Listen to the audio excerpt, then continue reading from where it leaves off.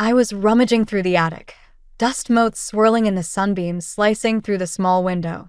It was one of those lazy Sunday afternoons when I had nothing better to do. My name is Harper, and I never expected to find something that would turn my world upside down. But there it was, tucked inside an old cigar box beneath a pile of yellowing newspapers. A letter, aged and fragile, with my grandfather's handwriting on the front. I sat back on my heels, curiosity piqued. Grandpa had always been a bit of a mystery, a gentle soul with a twinkle in his eye. But he never talked much about his time at the helm of the family business. I unfolded the letter carefully, the paper crackling in protest. As I read, my heart began to race, a mix of disbelief and dread settling in my stomach.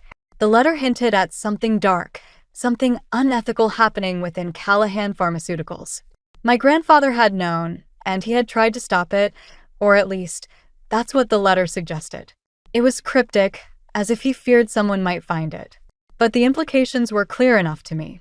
I sat there, the attic growing dimmer as the sun dipped lower in the sky, my mind racing. This could change everything. My father, Everett, had always been so proud of the company, his legacy. But what if that legacy was built on lies? I felt torn, my loyalty to my family clashing with the sense of justice that had driven me my whole life. I knew I had to do something, but what? I stood up, brushing the dust from my jeans, the letter clutched in my hand like a lifeline. My heart pounded as I made my way downstairs, each step heavy with the weight of what I had discovered.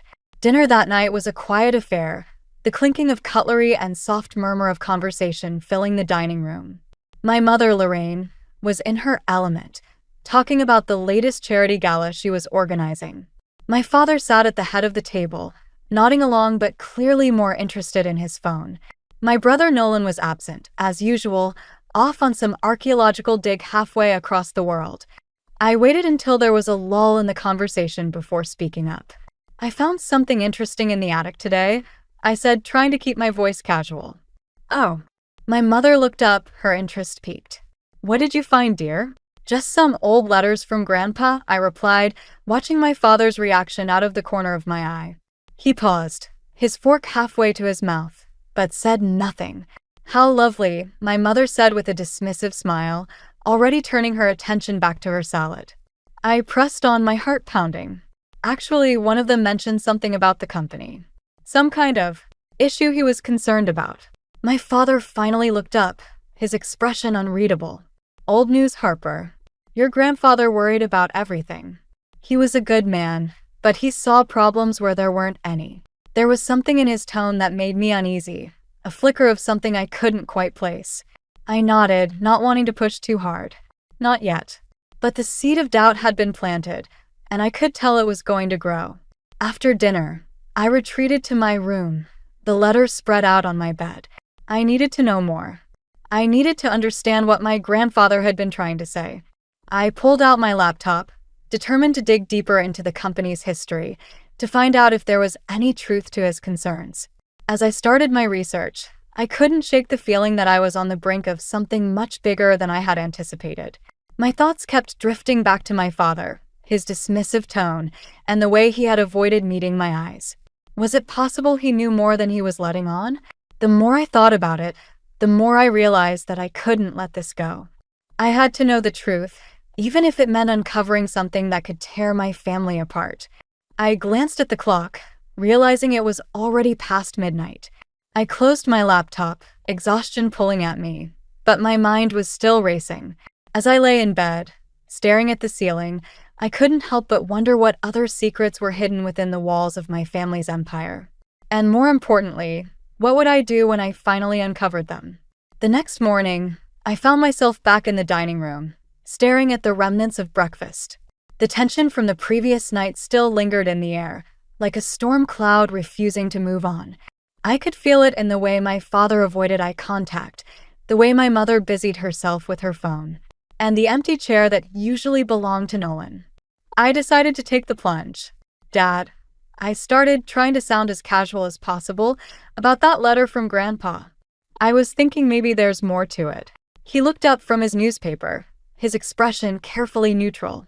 Harper, it's not something you need to worry about. The company is in good hands. Is it though?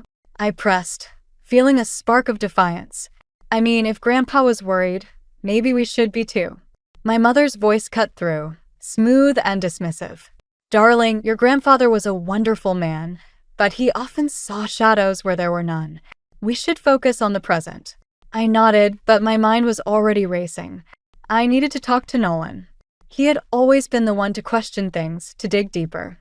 Maybe he knew something. Later that day, I called him, the phone pressed tightly to my ear as I paced my room. His voice crackled through the line, distant but familiar. Hey, Harper. What's up? I found something, I said, diving straight in. A letter from Grandpa. It mentioned some issues with the company. There was a pause, a breath of hesitation. Harper, I know about it. His admission hung in the air between us, heavy and unexpected. You knew? I asked, my voice a mix of surprise and hurt. Why didn't you say anything? It's complicated, Nolan replied, his tone weary. You know how Dad is. And Clayton. He's been involved too. Clayton. Of course. Our cousin had always been ambitious, always vying for a bigger piece of the family pie. What do you mean? Look, I can't get into it over the phone. But there's more going on than you realize. Be careful, okay? I hung up, feeling more confused than ever. If Nolan was worried, then this was bigger than I thought. I needed to find out what Clayton was up to, how he fit into all of this. That evening, I cornered Clayton at a family gathering. He was standing by the bar, a drink in hand, charming as ever. Harper, he greeted me with a wide smile. Long time no see. Yeah, it's been a while, I replied, trying to keep things light. I wanted to ask you about the company. I've heard some things. His smile faltered, just for a moment. Oh? What have you heard? Just some rumors, I said, watching him closely.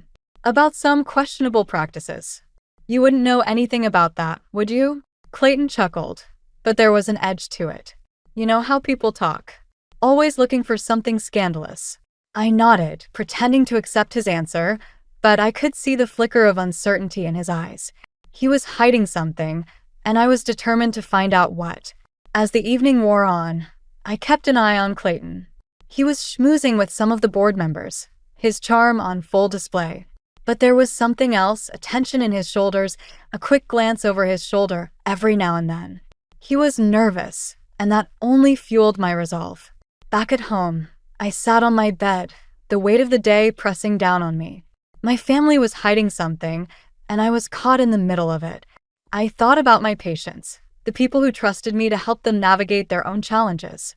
How could I stand by and do nothing when my own family might be hurting others? I knew what I had to do. I needed to dig deeper to find the truth, no matter the cost. As I lay down, the room darkening around me, I couldn't shake the feeling that I was standing on the edge of a precipice, about to leap into the unknown. The next morning, I woke with a new determination. I needed to talk to Elias to get his perspective. He had always been my rock, my sounding board. As I dialed his number, I couldn't help but wonder what he would think of all this. Would he stand by me, or would this be the thing that finally drove us apart? As the phone rang, my heart beat in time with it, each ring a reminder that I was on a path I couldn't turn back from. After my conversation with Elias, I felt a renewed sense of determination. He had listened patiently, his calm, steady presence grounding me as I poured out my fears and suspicions. His encouragement to confront my father had given me the push I needed. I knew it was time to face the truth, no matter how painful. I spent the next morning combing through the financial records I'd managed to dig up. The numbers were dizzying, a tangled web of transactions that seemed to hint at something more sinister beneath the surface. I took a deep breath, knowing I had to confront my father with what I'd found. That evening, I found him in his study, the room dimly lit by the glow of his desk lamp. He looked up as I entered, his expression unreadable. Harper, he greeted me, his voice a mix of curiosity and caution. Dad, we need to talk, I said, my voice steady despite the nerves twisting in my stomach. I laid the records on his desk, the paper rustling ominously in the quiet room. I found these. They don't look right. He glanced at the papers, his expression shifting from surprise to something harder, more guarded. Where did you get these? He asked, his tone sharp. Does it matter? I shot back, feeling a surge of defiance. What matters is what they show. There's something wrong, and you know it. He leaned back in his chair, a heavy sigh escaping him. For a moment, I saw a flicker of vulnerability, a crack in the facade. Harper, you don't understand. This is business. Sometimes you have to make tough decisions. Tough decisions? I echoed, incredulous. Grandpa wanted to stop this. He knew it was wrong. Your grandfather was an idealist, my father replied, his voice tinged with frustration. He didn't understand the pressures of running a company like this. I shook my head, disbelief coursing through me. You can't justify this, Dad. It's not right. He stood up, his posture commanding. This is my legacy, Harper. I built this company from the ground up. I won't let you ruin it with your naive ideals. I felt a flash of anger, the heat rising in my cheeks. Naive? Or honest? I can't just stand by and watch you destroy everything Grandpa stood for. He looked at me, a mix of anger and disappointment in his eyes. You need to decide where your loyalties lie, Harper. I turned and walked out, my heart pounding in my chest. I felt like I was being torn in two, my love for my family clashing with my need to do what was right. As I left the house, I realized I needed to clear my head to think about what to do next. I found myself wandering through the park, the crisp evening air cooling my heated skin.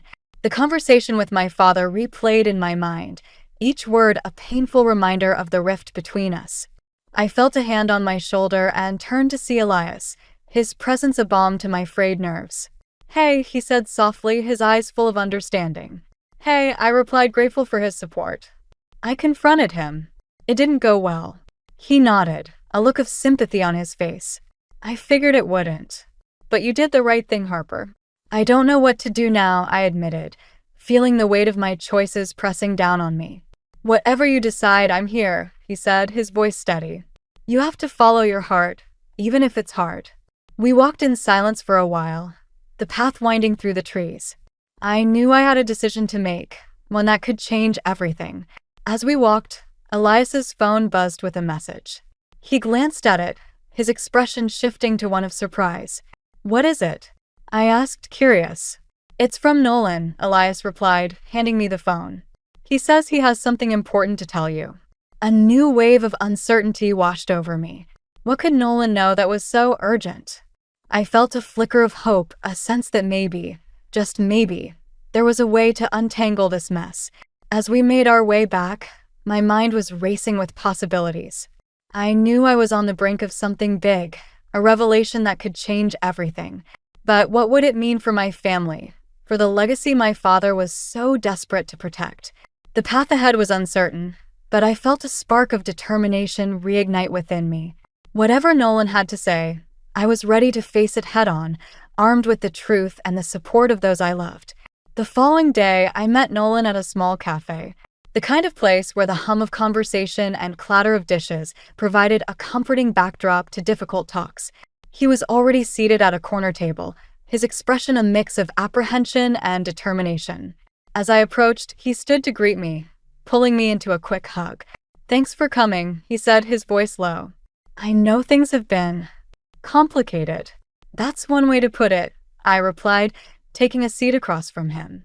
So, what is it you needed to tell me? He hesitated, glancing around as if to ensure we weren't overheard. I've been looking into the company, Harper. There's more going on than just financial discrepancies. The weight of his words settled over me like a heavy fog. What do you mean? Nolan leaned forward, his eyes serious. Clayton's been manipulating the numbers. He's involved in some kind of insider trading scheme. I think he's planning to take control of the company. I felt a chill run down my spine. Are you sure? I've seen the evidence, he said, sliding a folder across the table. It's all there. I didn't want to believe it either, but Clayton's been playing everyone. He's using the company's resources for his own gain. I opened the folder, the documents inside confirming Nolan's claims. My mind raced, the implications spinning out in all directions. If this was true, it could destroy everything my father had built. And Clayton. I should have known he was up to something. What do we do? I asked, feeling the enormity of the situation pressing down on me. Nolan sighed, running a hand through his hair. We have to confront him. But we need to be careful. Clayton's not going to go down without a fight. I nodded, the resolve hardening within me. This was bigger than just our family. It was about justice, about stopping Clayton before he could do more damage. But I knew we had to tread carefully. Back at home, I found myself pacing the living room, the folder clutched in my hands. I needed to talk to Elias to figure out our next steps. As if on cue, he walked in, his expression shifting to concern as he saw my face. "Harper, what's wrong?" he asked, coming to stand beside me. "It's Clayton," I began, handing him the folder. "He's been manipulating the company." Nolan found proof. Elias scanned the documents, his brow furrowing. "This is serious. If we expose this, it could ruin him." "Exactly," I said, feeling the weight of the decision before us. "But if we don't, who knows what he'll do next?" Elias nodded, his gaze steady. "We have to do what's right, Harper, even if it's hard." I took a deep breath, grateful for his unwavering support. "I know, but this could tear my family apart." "We'll face it together," he assured me, his hand warm on my shoulder. That evening, I called a family meeting, my heart pounding as I waited for everyone to gather. My father was first to arrive, his expression wary. My mother followed, her usual poise tinged with curiosity. Nolan was last, his presence a silent show of support. Once we were all seated, I took a deep breath, the words heavy on my tongue. "I have something to tell you. It's about Clayton." My father's gaze sharpened, his posture tense. "What about him?" I slid the folder across the table, watching as he opened it, his expression shifting from confusion to anger. "These are serious accusations, Harper." "They're not accusations," I replied, my voice steady. "They're facts. Clayton's been using the company for his own gain." My mother gasped, her hand flying to her mouth. "Everett, is this true?" He looked up, his face a mask of disbelief. "I don't know. But if it is, we can't let it continue." The room was silent, the weight of the revelation settling over us like a thick fog. My father looked at me, his eyes filled with a mix of anger and betrayal. "What do you want to do?" I met his gaze, feeling the strength of my convictions. "We need to confront Clayton. We can't let him destroy everything Grandpa worked for." There was a pause, the tension in the room palpable. Then slowly, my father nodded, a reluctant acceptance in his eyes. "You're right. We need to stop him." As the meeting ended, I felt a sense of resolution, a new determination to see this through. But I knew the hardest part was yet to come. Confronting Clayton would be a battle, one that could change everything. But with Elias and Nolan by my side, I felt ready to face whatever came next. The next morning, I woke with a sense of dread curling in my stomach. Today was the day we would confront Clayton. I could feel the tension in the air as I got ready, each movement heavy with anticipation. Elias was already up, his calm presence a reassuring anchor in the storm of my thoughts. "Are you ready for this?" he asked, handing me a cup of coffee. "As ready as I'll ever be," I replied, trying to muster a smile. "We need to stop him before things get worse."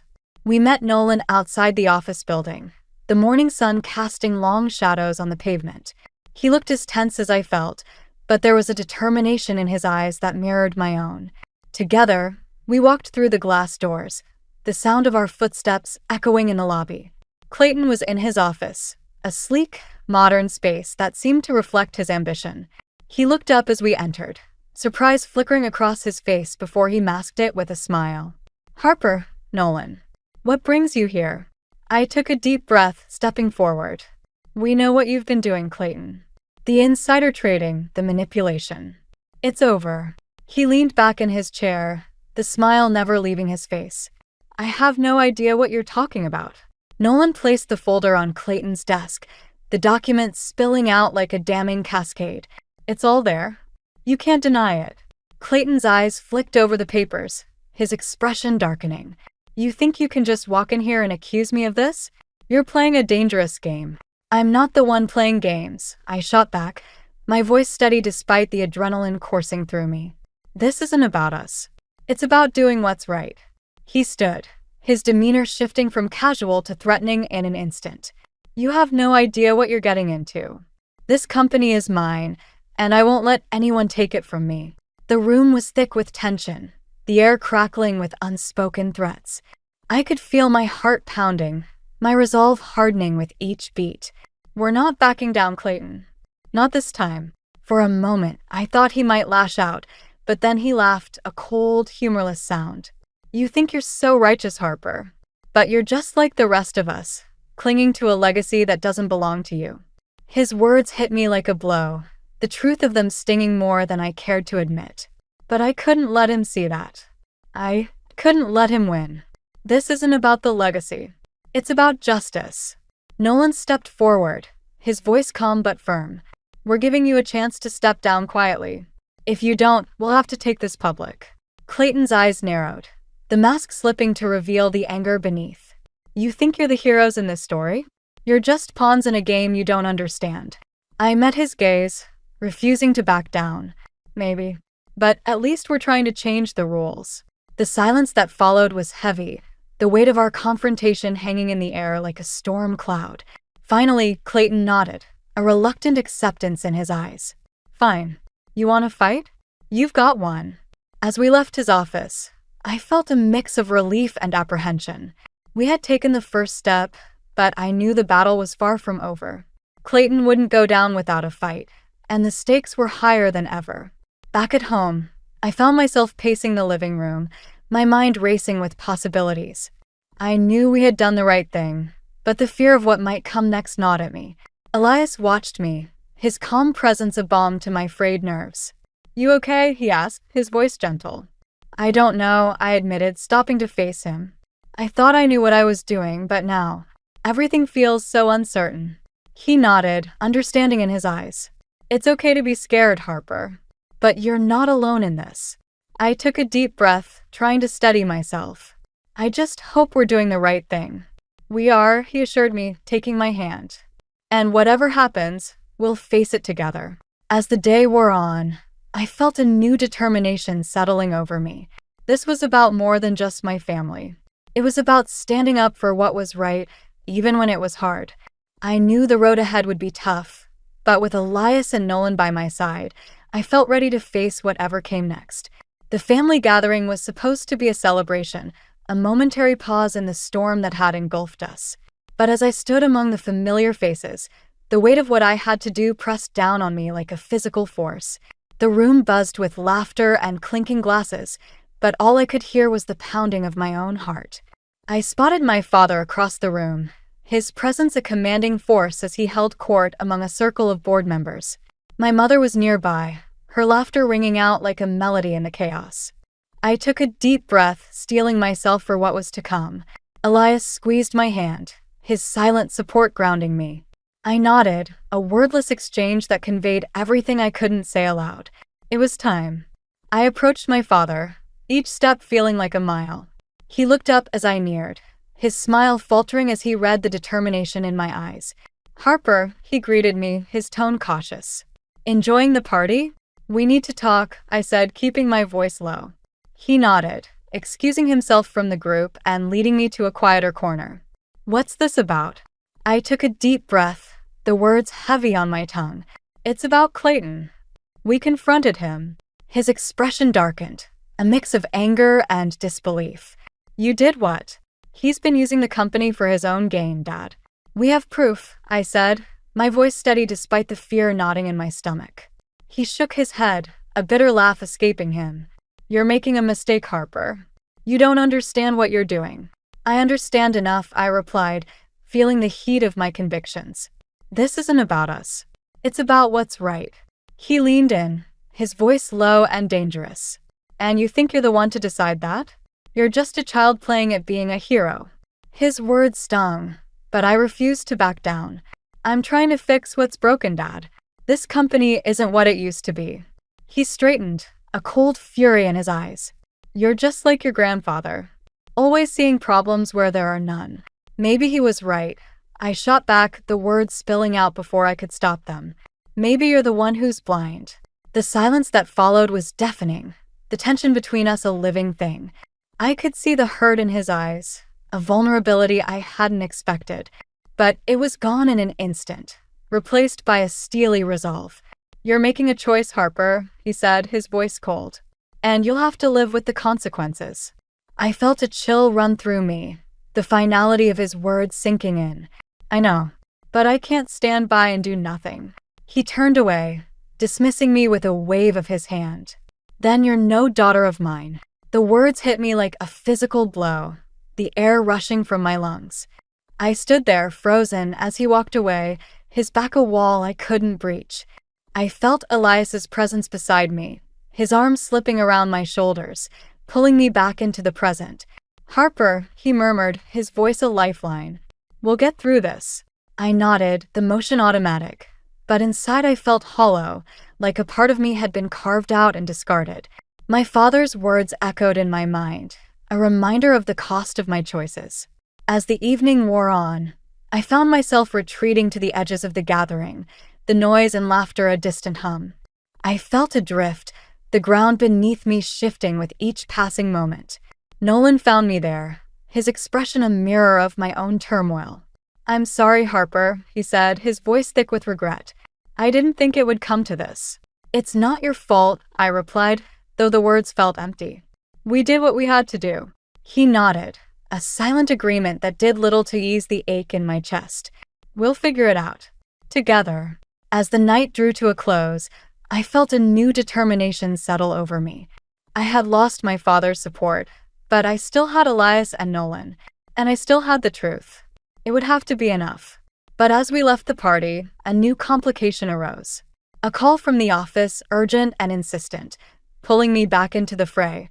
Clayton had made his move, a last-ditch effort to seize control and silence us once and for all.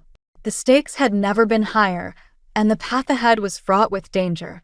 But I knew I had to see this through, to fight for what was right, no matter the cost. The news from the office hit like a punch to the gut. Clayton had called an emergency board meeting, a last-ditch effort to consolidate his power and silence us for good.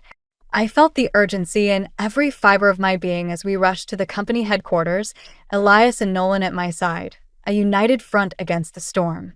The boardroom was already buzzing with tension when we arrived, the air thick with anticipation and unspoken alliances. Clayton stood at the head of the table, exuding confidence, his eyes gleaming with the arrogance of someone who believed victory was within reach. Harper," he said, his voice smooth and condescending. "I was wondering when you'd show up." I met his gaze, refusing to be intimidated. "This ends today, Clayton." He laughed, a sharp, mocking sound. "You think you can just waltz in here and take what's mine? You're delusional." The board members shifted uncomfortably, their eyes darting between us, sensing the battle lines being drawn. I felt the weight of their scrutiny, but I couldn't back down now. "We have evidence," I said, my voice steady. "Evidence of your insider trading, your manipulation of the company's finances." "It's over." Clayton's smile faltered, a flicker of uncertainty crossing his face before he masked it with bravado. "You're bluffing. You have nothing." Nolan stepped forward, placing a thick file on the table. "We have everything. And if you don't step down, we'll take it public." The room fell silent, the tension so thick it was almost suffocating. Clayton's eyes narrowed, a dangerous glint in them.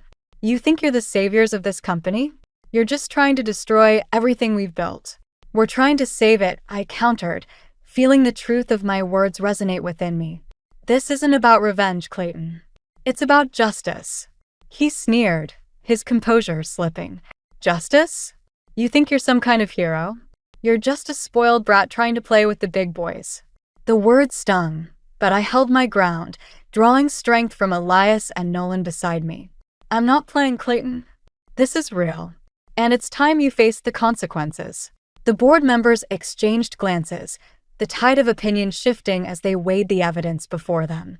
I could see the doubt creeping into their eyes, the realization that Clayton's reign might be over. But then, in a move I hadn't anticipated, Clayton pulled out a document of his own, slamming it onto the table with a triumphant grin. "You think you've won? Think again. This is a contract, signed by your father, giving me control of the majority shares." My heart sank, the revelation hitting like a cold wave. I glanced at Nolan, his expression mirroring my shock. This was the twist we hadn't foreseen, the final card up Clayton's sleeve. The room erupted into chaos, voices overlapping as the board members reacted to Clayton's revelation. I felt the ground slipping away, the certainty I'd clung to crumbling beneath me. But just as despair threatened to take hold, Elias stepped forward, his voice cutting through the noise. "That contract is void." All eyes turned to him, the room falling silent once more. Clayton's smirk faltered, confusion flashing across his face. "What are you talking about?" Elias held up another document, his expression calm and resolute. "This is a legal opinion, confirming that the contract is invalid due to conflict of interest and lack of disclosure." Clayton's face paled, the confidence draining from him as he realized his trump card had been played and lost. I felt a surge of hope, the tide turning once more in our favor. The board members murmured among themselves, the balance of power shifting as they reconsidered their loyalties. Clayton's grip on the company was slipping, and he knew it. "You haven't won," he spat, desperation lacing his words. "This isn't over." I met his gaze, feeling the strength of my convictions. "It is over, Clayton. It's time for you to step down." The room held its breath, the weight of the moment pressing down on us all. Clayton's shoulders sagged, the fight leaving him as he realized the inevitability of his defeat. As he turned and left the room, the tension began to dissipate, replaced by a sense of relief and vindication. We had faced the storm and emerged victorious, the truth prevailing against the odds. In that moment, I felt the themes of justice and integrity come full circle, the lessons of my journey crystallizing into a new understanding. This wasn't just about revenge or family. It was about doing what was right, no matter the cost. And as I stood there, surrounded by those who had stood by me, I knew we had done just that. In the weeks following the showdown at the boardroom, life began to settle into a new rhythm. Clayton's departure had left a void in the company, but it also opened up opportunities for change and healing. The board had appointed a new interim CEO, someone with integrity who was committed to rebuilding trust and transparency. Elias and I threw ourselves into the startup, channeling our energy into creating something meaningful and innovative. It was exhilarating to see our ideas take shape, to build a company grounded in the values we both held dear. Our partnership, both personal and professional, felt stronger than ever. One afternoon, I found myself back at my grandfather's house, sorting through the last of his belongings. The attic was warm with the afternoon sun, and I felt a sense of peace as I sifted through the memories. As I opened an old trunk, I discovered a stack of letters tied with a faded ribbon, each one addressed to me. Curious, I sat down and began to read. The letters were filled with my grandfather's musings, his hopes for the family, and his deep love for us all. One line stood out to me: "Harper, always remember that true strength lies in kindness and the courage to stand for what is right." The words resonated deeply, a reminder of the journey I had taken and the lessons I had learned. I felt a renewed sense of purpose, a commitment to honor his legacy in my own way. Later that day, Elias and I met Nolan for coffee. The cafe was bustling, the air filled with the aroma of fresh pastries and the hum of conversation. Nolan looked more at ease than I had seen him in a long time, the weight of secrecy lifted from his shoulders. "I've been thinking," Nolan said, stirring his coffee thoughtfully. "Maybe it's time I came back for a while. Help out with the company, see if I can make a difference." I smiled, feeling a warmth spread through me. "I think that's a great idea. You've always had a way of seeing things others miss." He nodded, a hint of a smile playing at his lips. "And maybe I can finally figure out what I want outside of Dad's shadow."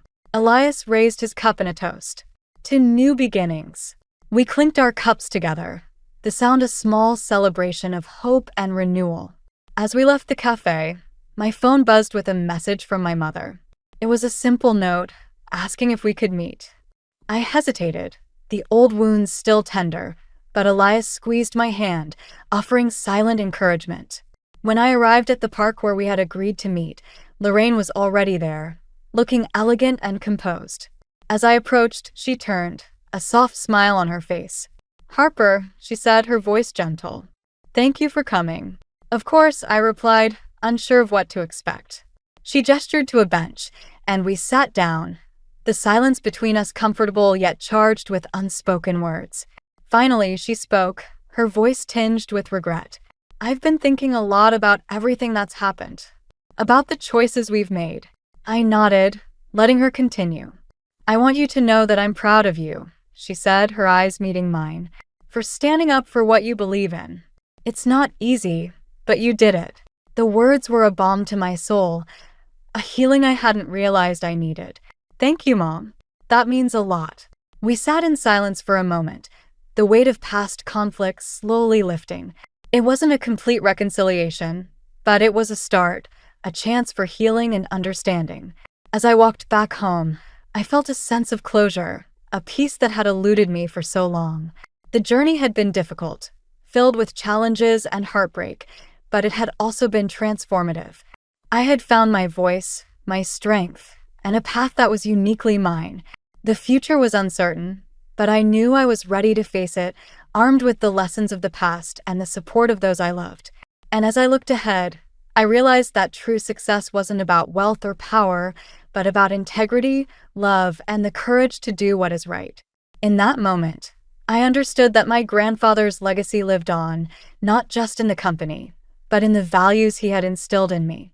And I was determined to carry them forward, building a future that honored the past while embracing the possibilities of tomorrow.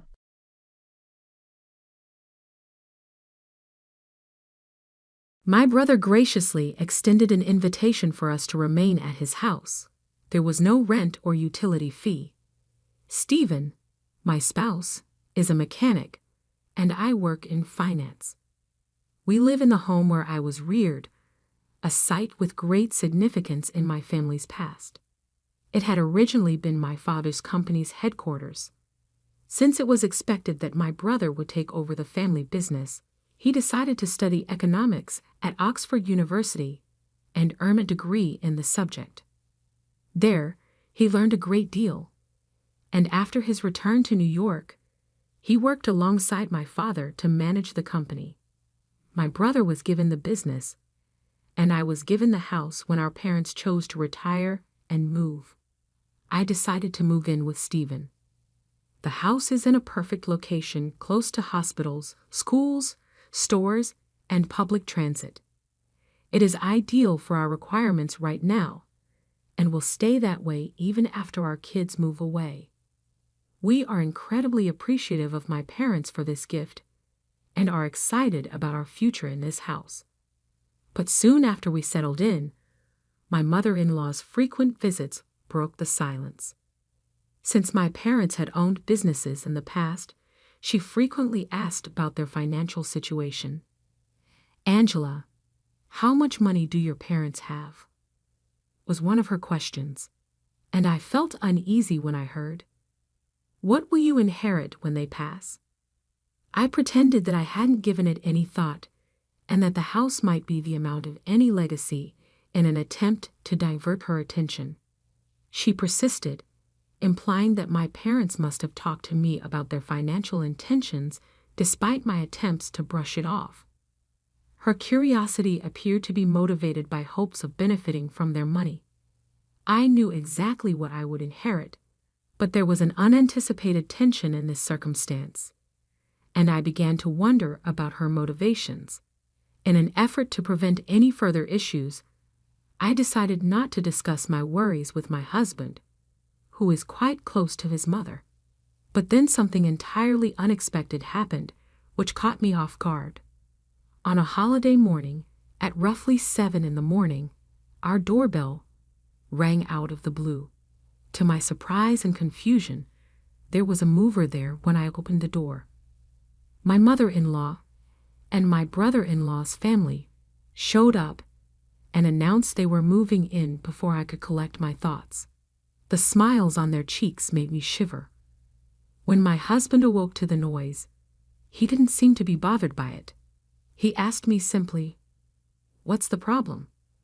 When I questioned him, he mentioned how there was enough room in our house for everyone, as though it were natural for them to move right in. When my sister-in-law announced that my brother had invited them, the surprises didn't stop. With a smile, she added that they would not have to worry about utilities or rent, and that they were looking forward to our hospitality. In the meantime, My brother-in-law started to nosily go about the rooms, declaring out loud which he liked most based on the amount of sunlight, and telling Stephen to pack up our stuff.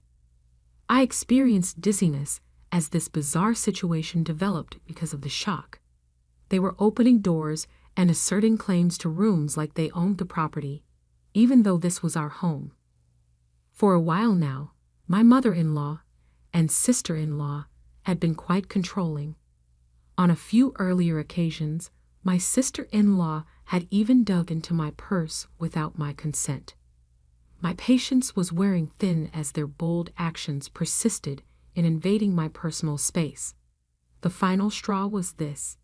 I eventually took a stand after becoming irate and assertive. I said, "This is my house. Why do you behave like you own it? I'm done. I desire for everyone to depart. It was time to take back my area and make our house peaceful again. I'm not one to shout or get angry often, but seeing these individuals take over the house my parents had given me and treat it like their own made me lose my temper. I became enraged and yelled at the three of them for that reason. That's when things abruptly got out of hand and one of them shot back, saying, 'How dare you talk to us like that? It is you who ought to go.' A moment later, there was a stinging sensation on my cheek. It was a moment before I realized I'd been slapped. I was in astonishment, with a sharp aching in my cheek.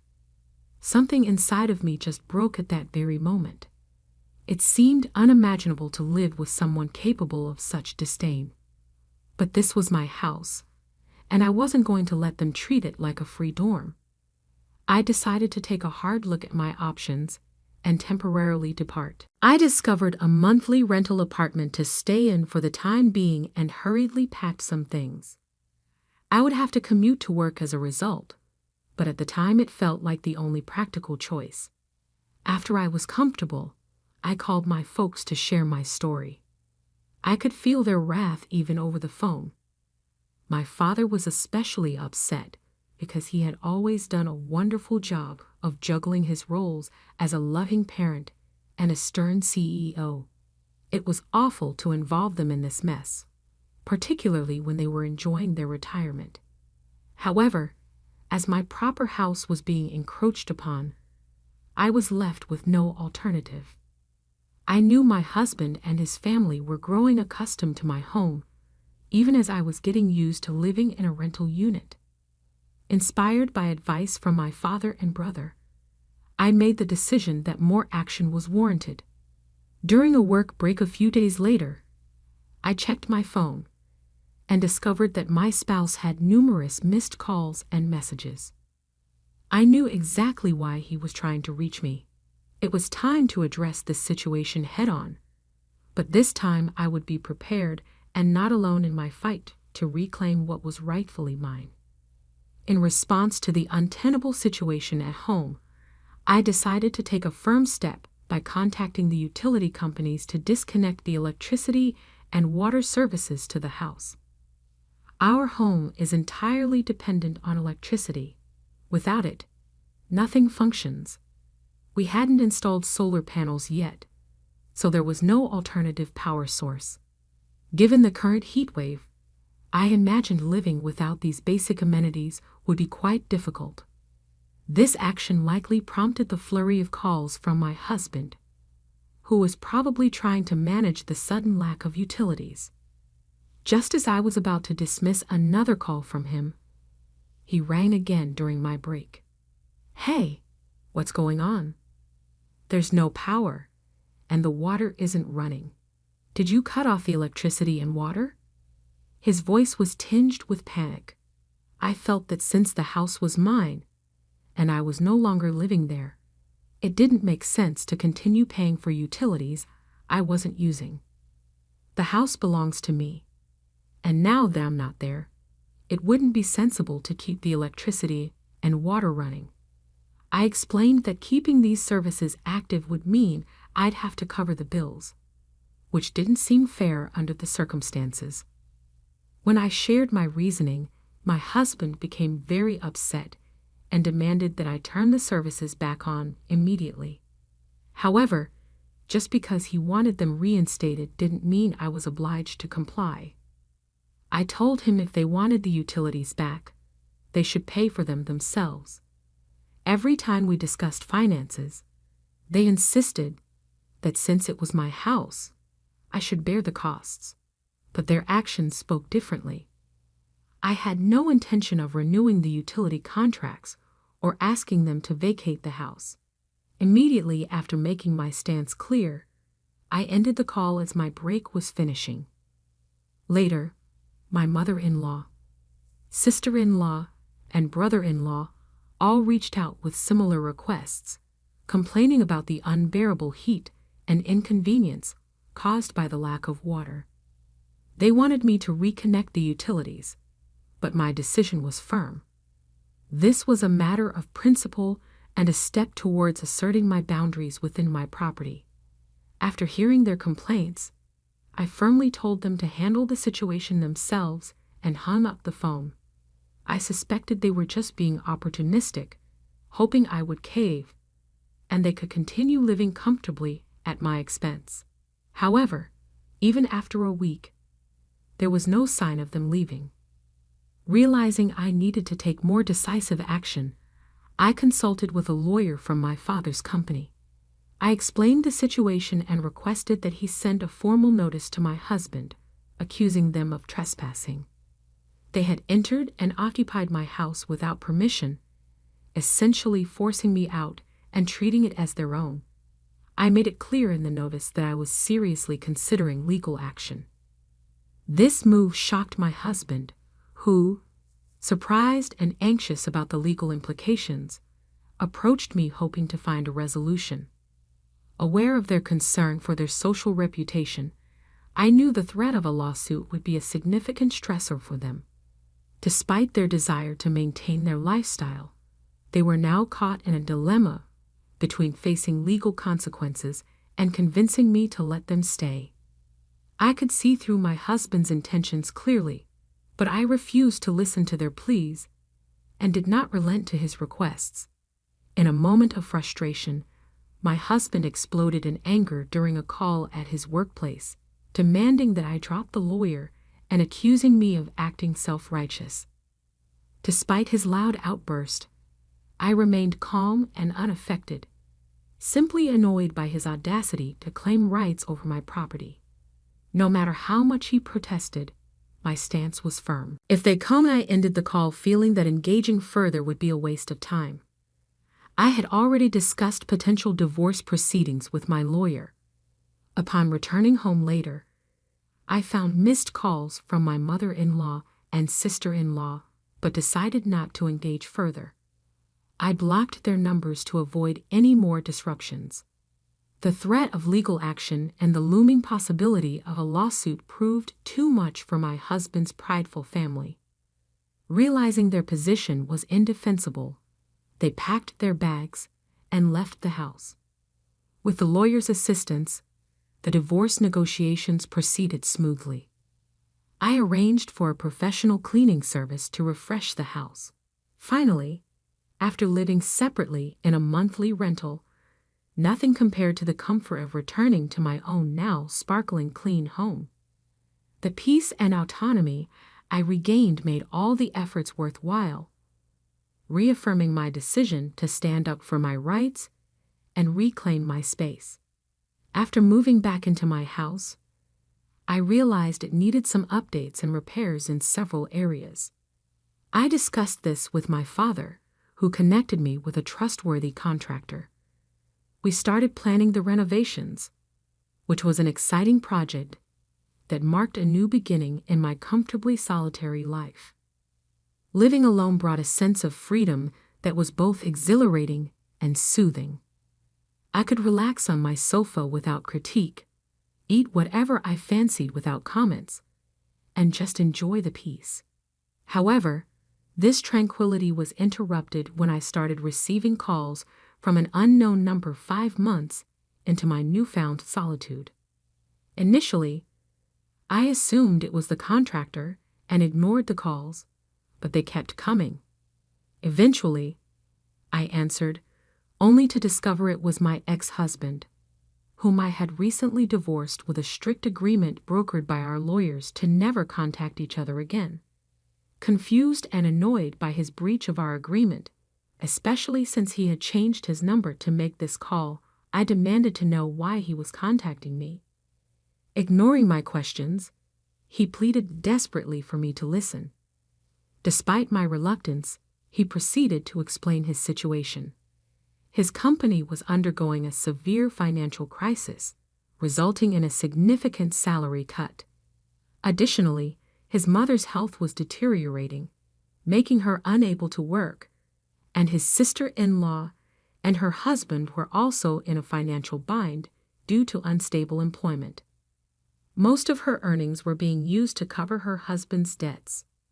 With the salary reduction, my ex-husband and his family were struggling severely to make ends meet. Hearing all this did little to stir my empathy. The memories of how they had forcefully barged into my home, assumed control without my permission, and even attempted to push me out were still fresh. Their previous actions, filled with disregard and disrespect, made it hard for me to feel anything but disbelief at their current plight. I told him that his current difficulties were his to manage and reminded him of our legal agreement to cease contact. As I ended the call, all I could think was how unbelievable it was that people who had treated me so poorly expected any sympathy or help from me now. I listened, devoid of sympathy, as my ex-husband described their dire circumstances. We're in serious trouble. We might not be able to pay our rent or even buy food tomorrow. We used to be a family, right? Please help us, he pleaded, his voice breaking with emotion. Yet his words did nothing to sway my resolve. I remembered all too well my struggles and how, when I needed support, he did nothing to help. He, along with my mother-in-law, had always looked down on me. My sister-in-law and brother-in-law joined in too, mocking my appearance and my traditional views without a care for my feelings. My mother-in-law not only exacerbated situations, but also pressured me relentlessly to have a child, pushing herbal concoctions on me, booking unnecessary medical appointments, and even spreading harmful rumors among our neighbors about my ability to conceive. Reflecting on these memories, it was clear there was not a single redeeming period in my marriage. Once kind and supportive, my ex-husband had transformed into a mere puppet under his mother's influence post-wedding. I recalled a particularly vivid incident where, returning from an appointment, I learned my mother-in-law had visited our home, cried to my husband about wanting to befriend me, but then slandered me at every opportunity, whether at home or in public. My sister-in-law and brother-in-law would ridicule me, laughing cruelly at my expense. How could I even consider aiding them now, given their past? Whatever you say, it won't affect how I feel. I said firmly, I cannot help you.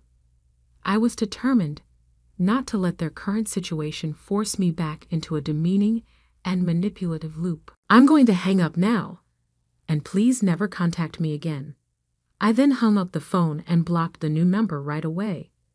I was ready to keep my distance from him and his family should they try to pull me back into their problems, even though I knew my ex-husband would try to change his number and reach out again.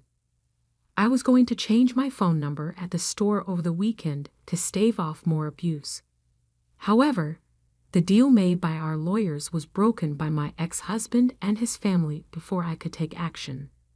About 10 o'clock at night, they suddenly arrived at my residence, knocked on the door, and said, "Open up. Please let us in and look after us. Since we are family, please assist us." They didn't care that it was late at night or that their loud shouts were disturbing the neighbors. They just wanted to ruin the quiet night. I tried to talk to them over the intercom, telling them to go home and stop making a commotion, instead of going up against them. But they disregarded my entreaties and kept hammering on the door, making a lot of noise.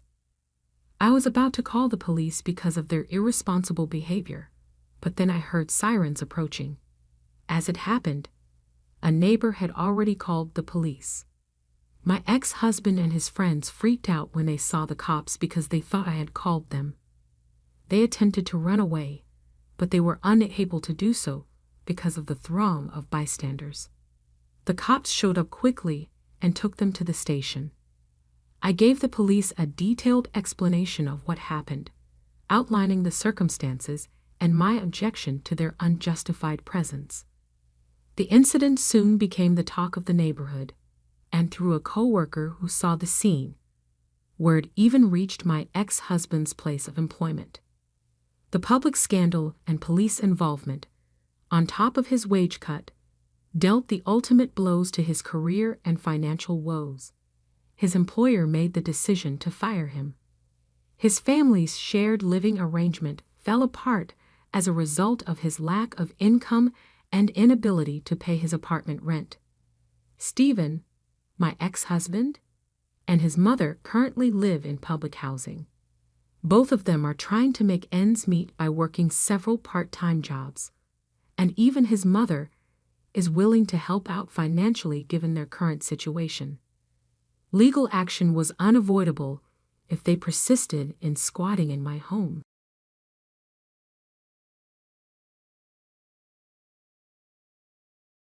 I am Kelly Brooke, and I am 43 years old. My second marriage ended without me having any children. My spouse is a good man who consistently shows up for our monthly dates. He always fulfills his commitments, regardless of how busy he becomes.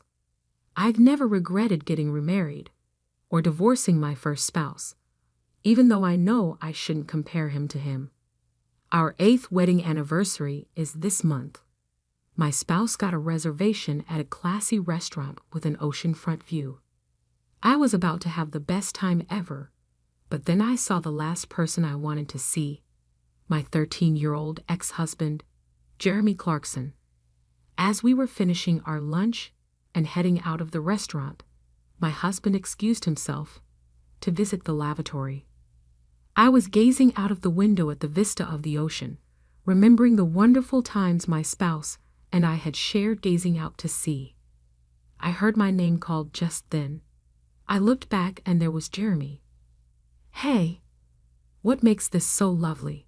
To someone like you who is essentially broke, do you believe a typical ocean looks nice? Stated Jeremy. I haven't seen you in a while. What brings you here? What brings me here? Jeremy responded, taking a seat in the chair my husband had been occupying.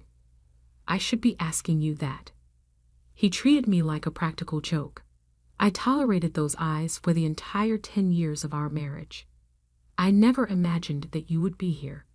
Is it really possible for someone with your level of income to eat at such an upscale establishment? Is this something you'll only ever be able to afford once in your lifetime? It's our wedding anniversary, I answered back. Oh, I see. You know, poor people can only visit locations like these on their anniversaries? You know, I visit here quite a bit. You remain pitiful. Is someone else not with you? Yes, that is true. She was basically sent to pay. Money handling, you know, is a woman's domain. I reflected that he remained unchanged, constantly disparaging women. Then I spotted her, his 13-year-old sweetheart.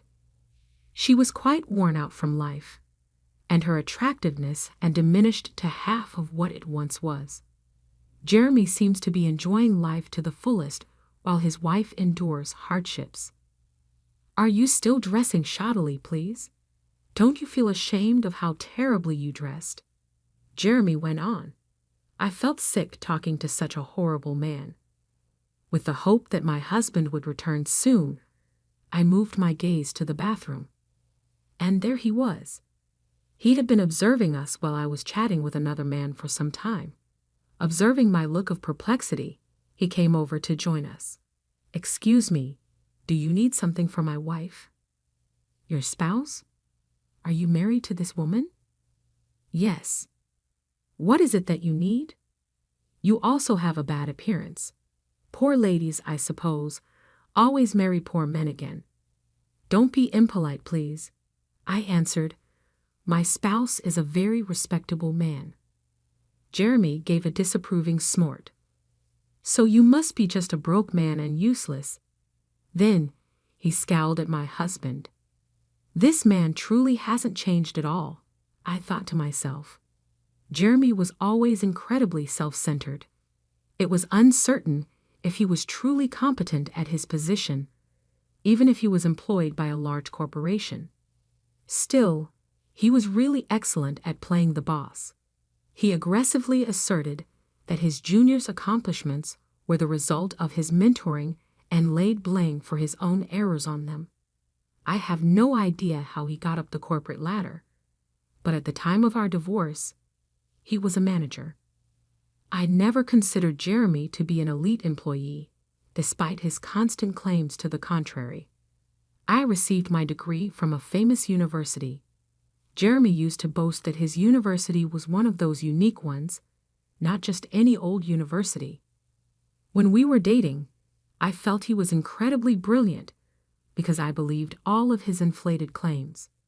However, I found out after we were married it was his only genuine skill. Not only that, but he made fun of me all the time, even though I only finished high school. I take it your parents couldn't afford to send you to college. However, it benefits you. In any case, you lacked the mental capacity for it. You would not have been able to attend university for someone as dim-witted as you if your family had been wealthy. My desire was to begin working sooner rather than attend college, but my family was not impoverished. Well, enough with the justifications. You really can't seem to give up making excuses. After all, you're a woman who lacks competence, but isn't it beneficial to women? If women capture a competent man, they can survive being stupid or incompetent as long as they are attractive.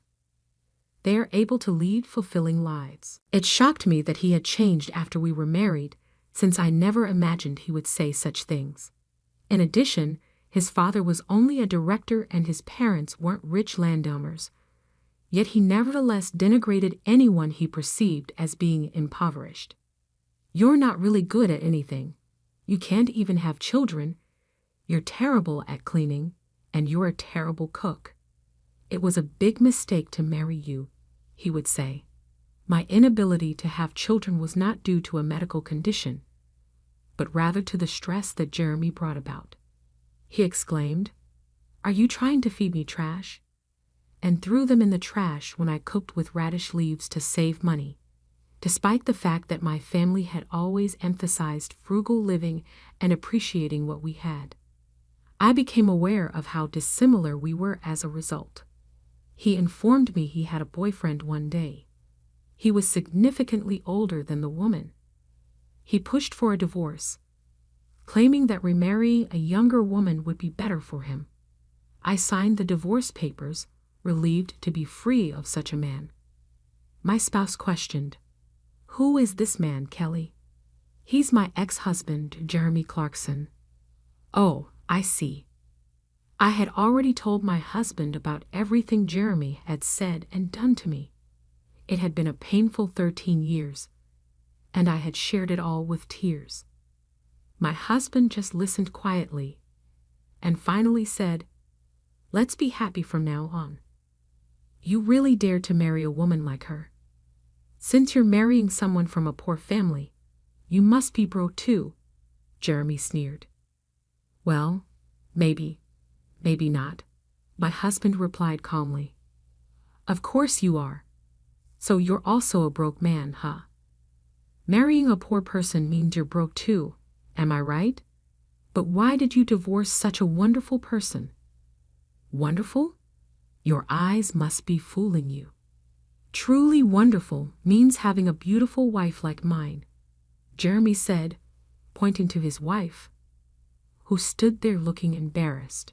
Is that woman your wife? Yes, she's beautiful, isn't she? She's actually my boss's daughter. Marrying the boss's daughter definitely helps one climb the career ladder faster. Marrying a broke woman like you probably means you're just a regular employee. Too bad. A regular employee? I haven't heard that in years. I said. What are you trying to prove? A low-class guy marrying a low-class woman just means you'll both be broke for the rest of your lives. And you think you deserve to eat in a fancy restaurant like this? This level of restaurant isn't a problem for us, my husband calmly replied. Yeah, sure, if that's what you think. Jeremy scoffed. Just then, a waiter passed by, and my husband pulled out a black card, instructing him to settle the bill. Jeremy was surprised by the card, but tried to hide it, snorting again. Is that a black card? Showing off a card like that here. You're not used to it, are you? You must have borrowed it from someone, flashing it around. But later you'll have to pay back the person who lent it to you, right? I bet you're scared to spend money in a place like this. It's all just an act. Funny thing to say. Who would lend their card? I wonder. No matter how naive someone is, they wouldn't lend out a card like this, my husband replied. How would you know that, Jeremy? You shouldn't say such insulting things. What's insulting? I'm just stating the truth. There's no way you could be well off if you married a poor woman like her. My wife is poor, you say? Yes, that's right. Her family's place is a rundown one-floor home. You know that, right? Or maybe you were too embarrassed to visit her home. So you went to a family restaurant instead. Meeting her parents at a family restaurant for a marriage proposal is unheard of. But for poor people like you, it's probably normal. A family restaurant, huh? The fact that you thought of that means you must have done it yourself. If you hadn't experienced it, you wouldn't have thought of it. What are you talking about? I'm not short on money. I wouldn't do something so cheap. Yet you came up with it. I never would have thought of that, my husband said, then turned to me. Right, Kelly? What about you? Well, I think I'd like to go to a family restaurant occasionally, but we rarely get the chance, I replied. Exactly. You're lying. When you were with me, you were happy to go to family restaurants. That's because I had never really been to one before. Oh, I bet you sure talk big now, coming to a fancy restaurant like this, acting all important. Maybe that's you. It seems like you don't fit in this kind of place.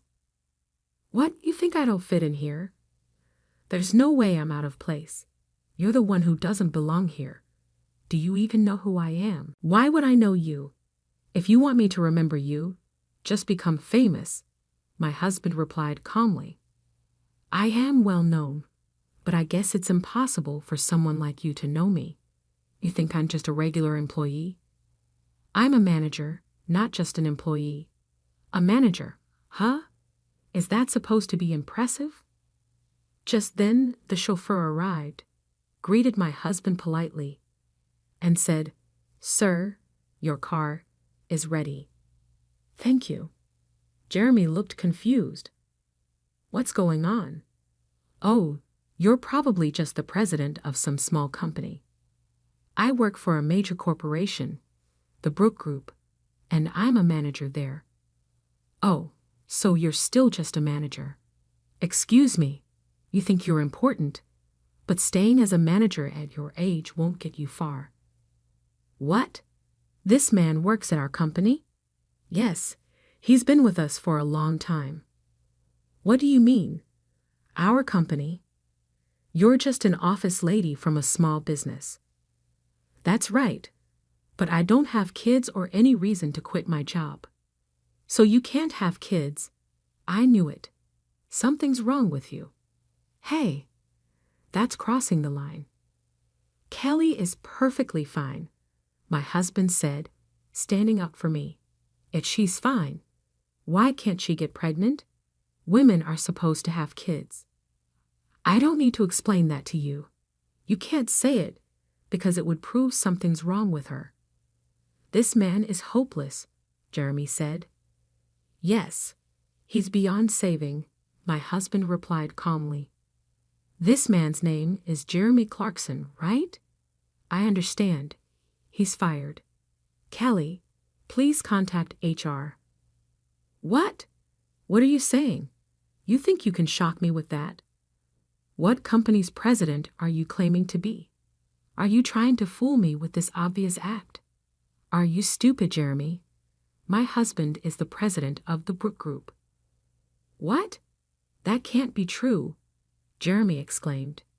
But the driver nodded with a look of pity. Seriously, is he really our president? Yes, and I and his wife, and the vice president of our company. That's ridiculous. How could Kelly, from a poor family, end up as vice president with just a high school diploma? Those things don't matter. Whether someone graduated from high school or college doesn't determine their worth. That's ridiculous. I will never forgive anyone who insults my wife, my husband said firmly. But there's a union. The union will protect us employees. You're a manager, right? Managers are not union members, so you are not protected by the union. Didn't you know that? Seriously? Well, you better prepare yourself. Since you insulted my wife, you must face the consequences. Jeremy looked stunned, but my husband didn't care and asked me if we should go. We left the table that night. Perhaps bothered by what happened, Jeremy called, but his tone was completely different from his arrogance earlier. Kelly, it's been a while. What do you mean? We already talked this afternoon. Ah, yes. What can I do for you? Your dismissal hasn't been processed yet. Ah, you guys were just joking, right? About you being the vice president and your husband being the president. No, it's all true. I'm surprised you don't know who your own company's president and vice president are. But why would you be the vice president? Because the best way I can support my husband is by being in that position. But it's strange. Why would a high school graduate be the vice president? It's not strange at all. I only graduated high school because I wanted to start working early. But after we separated, I earned a college degree. Huh, really? Yes, there are schools you can attend from home. So you really are the president's wife? Yes.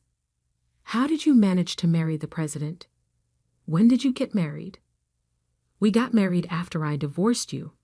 I met the president soon after, and we dated for about 5 years before getting married. Married? Why would the president take an interest in someone like you? Stop being so rude. Oh, sorry.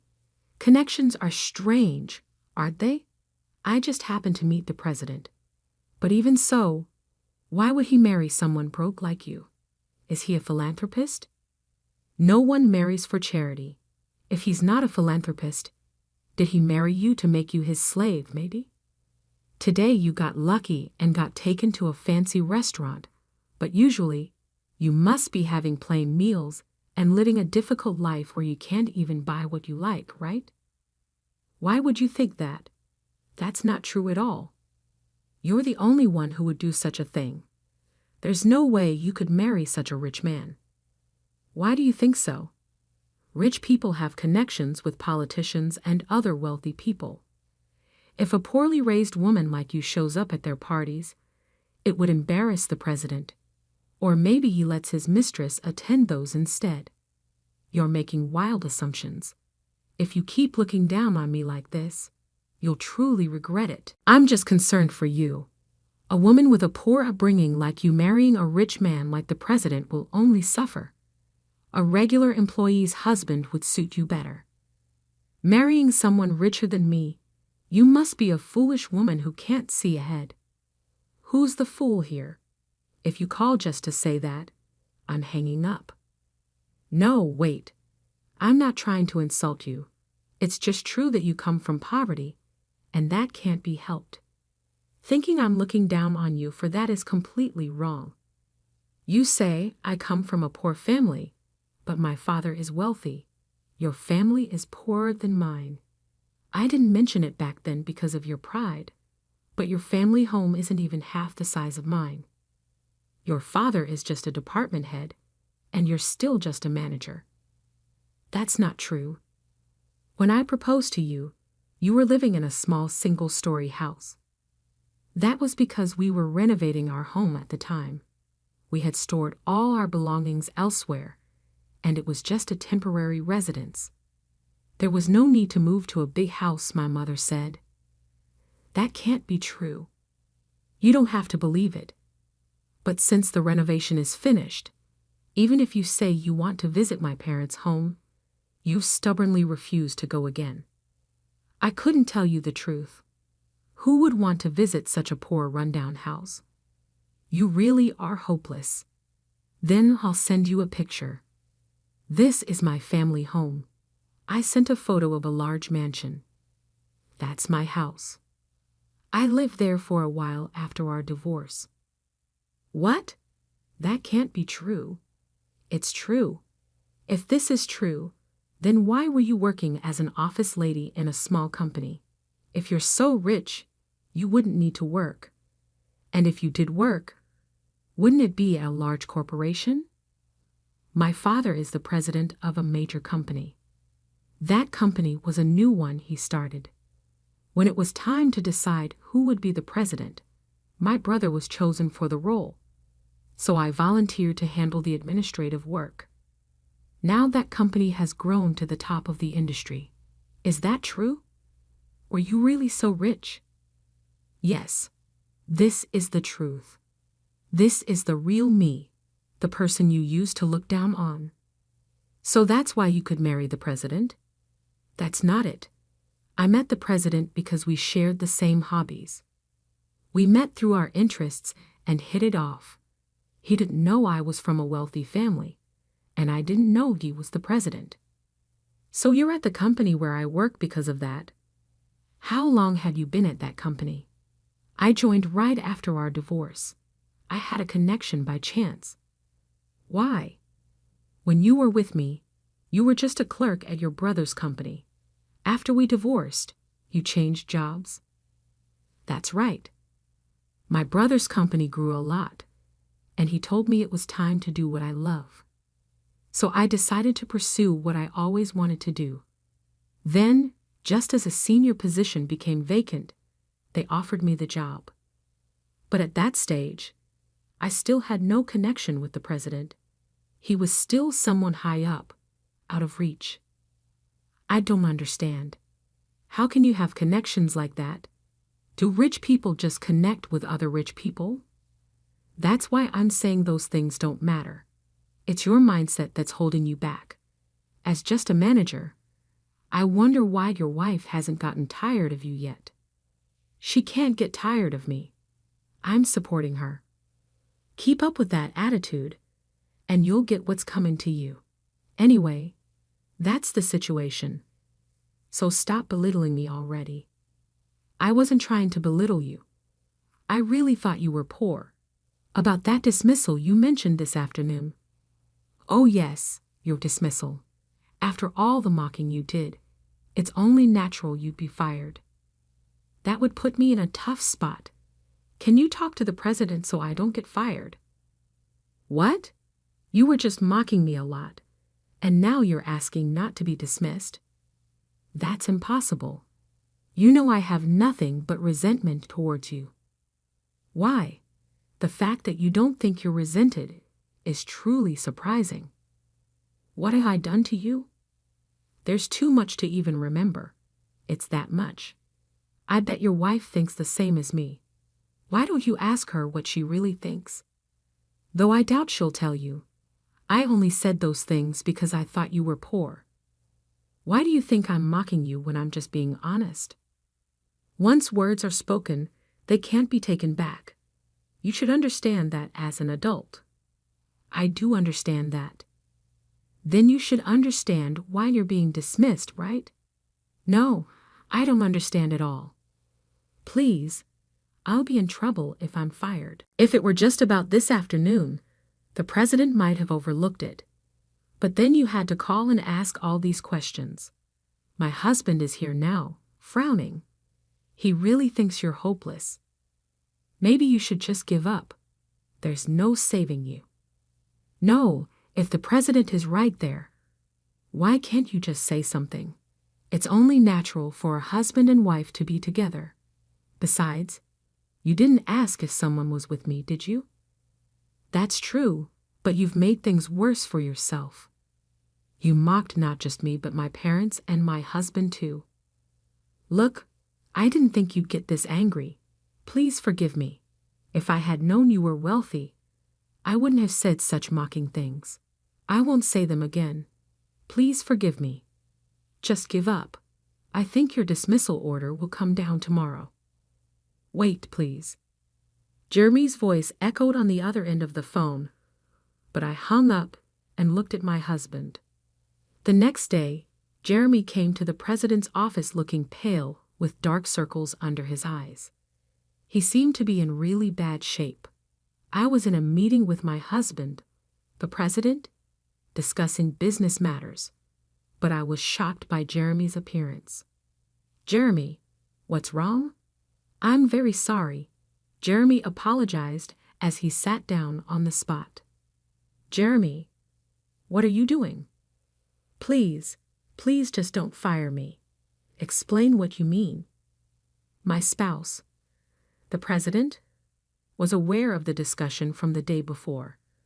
I had told him everything, and he had surmised, based on my answers during the conversation, Jeremy remarked, ending the call.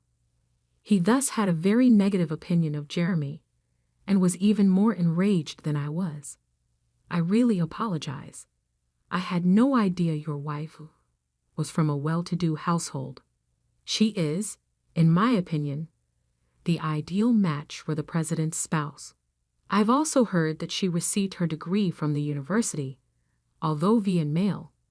She works hard, not like my own wife. So you got rid of her after deciding she wasn't suitable for you? Jeremy wondered how the president knew such a thing as he glanced up at him. I have, of course, informed my spouse everything. After all, we are weed. Or do you and your spouse avoid discussing your pasts? That was a long time ago, so it's not like that. Back then, I was rather young. I believed Kelly to be only the daughter of a poor man, so I justified having a mistress.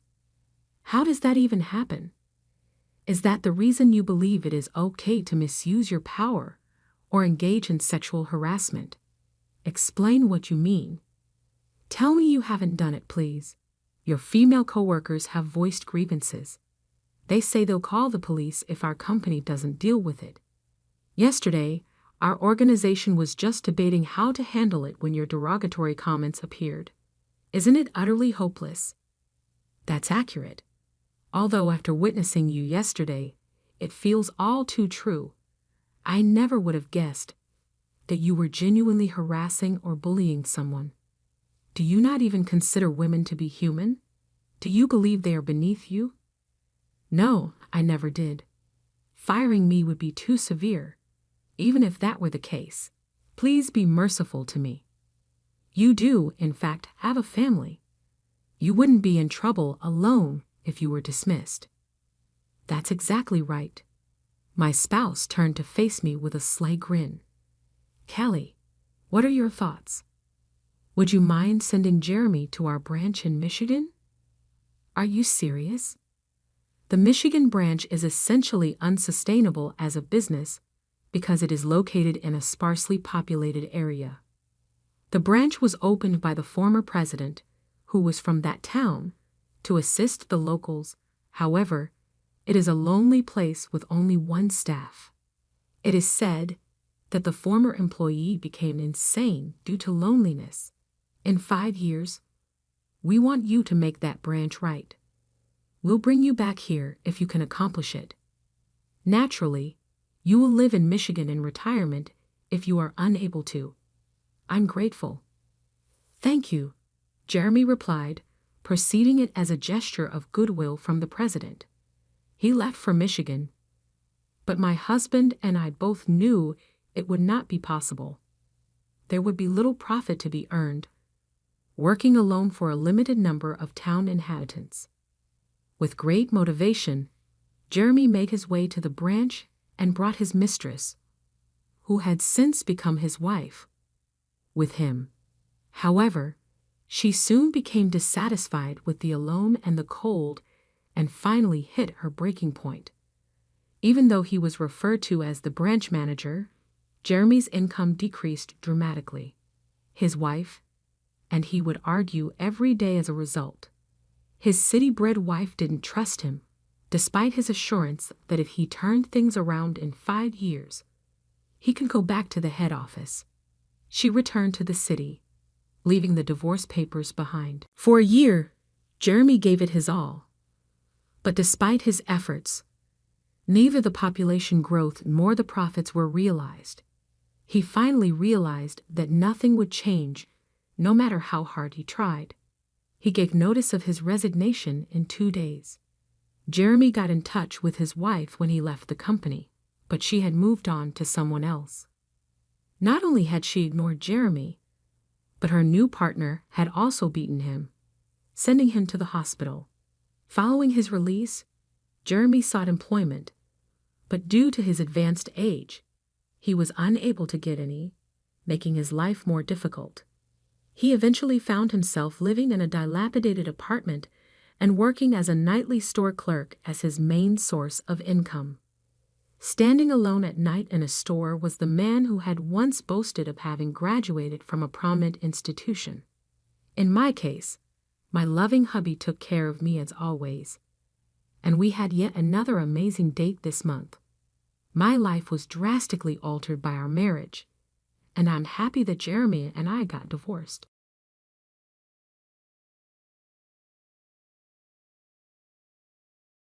I am Mia. I'm 38 years old.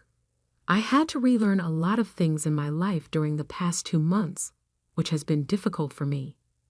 My spouse, Willie, was mostly to blame for the challenges I encountered, but happily, someone kind intervened to prevent me from going through more hardship. Permit me to introduce you to the persons that have shared my trip. Lori, my sister, comes first. She's remarkably attractive and 5 years younger than me. Since I was the stereotypical nerd, and she was the life of the party, we had a lot of arguments when we were younger. She used to make fun of me, and it felt like jealousy underneath all of it. To little effect, our mother attempted to heal the rift between us. Our correspondence decreased after I left for college, but as I grew older and Lori got into her late teens, we started to get back in touch. Our relationship never really got close, although it did become better with time. In spite of this, I learned to embrace the degree of intimacy we were able to reach. Speaking of my ex-husband Willie, we hit it off right away when we first met at work. We made the decision to get married after 4 years of dating. We bought our first home together. The mortgage and the house deed were in my name because I was the one with a larger income. After we were married for a few years, Willie brought up the subject of having children. He took a cautious approach, hoping I would remain receptive.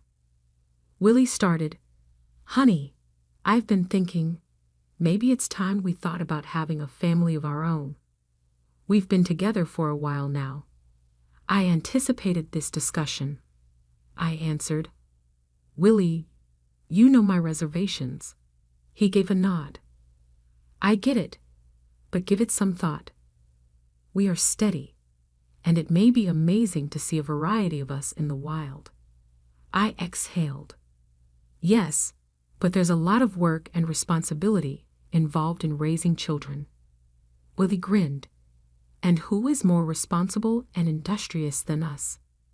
This succinct synopsis encapsulates the core of my current circumstances and the individuals who have contributed significantly to them.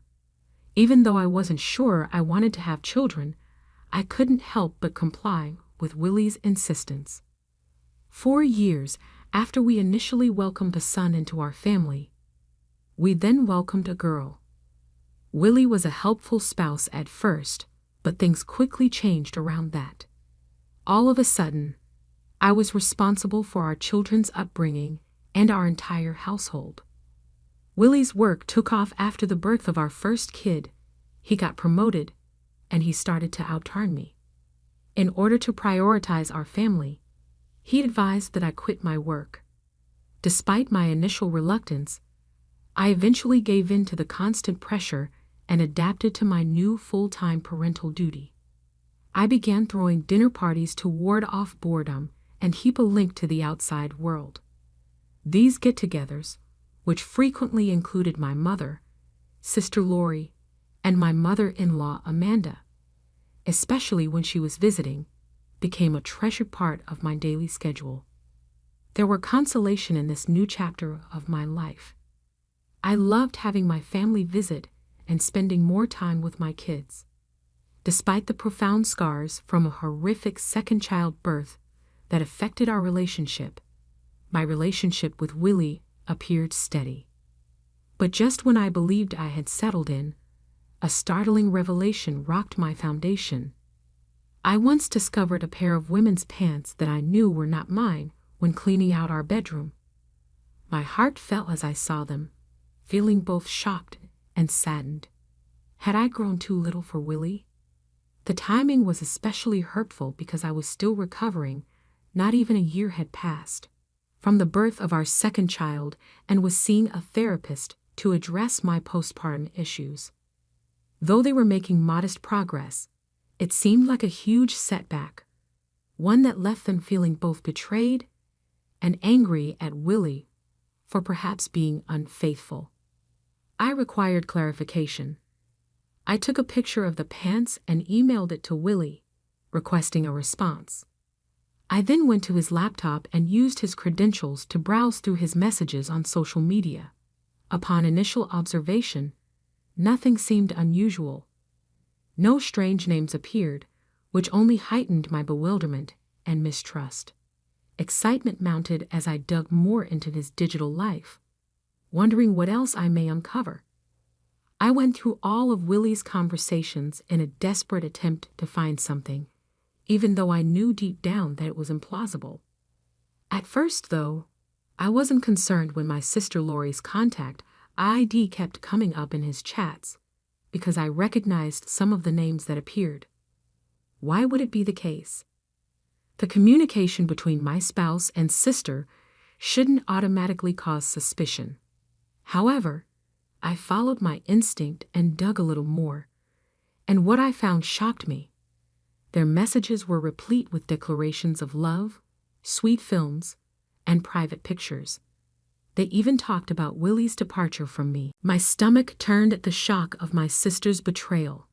Although there were ups and downs in our relationship, I never thought she would harm me to this extent. I tried to approach Willie since I was so sick with hatred and betrayal, but he didn't answer, so I called Lori instead. With a nonchalant response, "Hey, what's up?" "Don't ask me, what's up, Lori? What's wrong with you, really?" My voice quivered with incredulity and rage. She answered incoherently, "I don't know what you mean."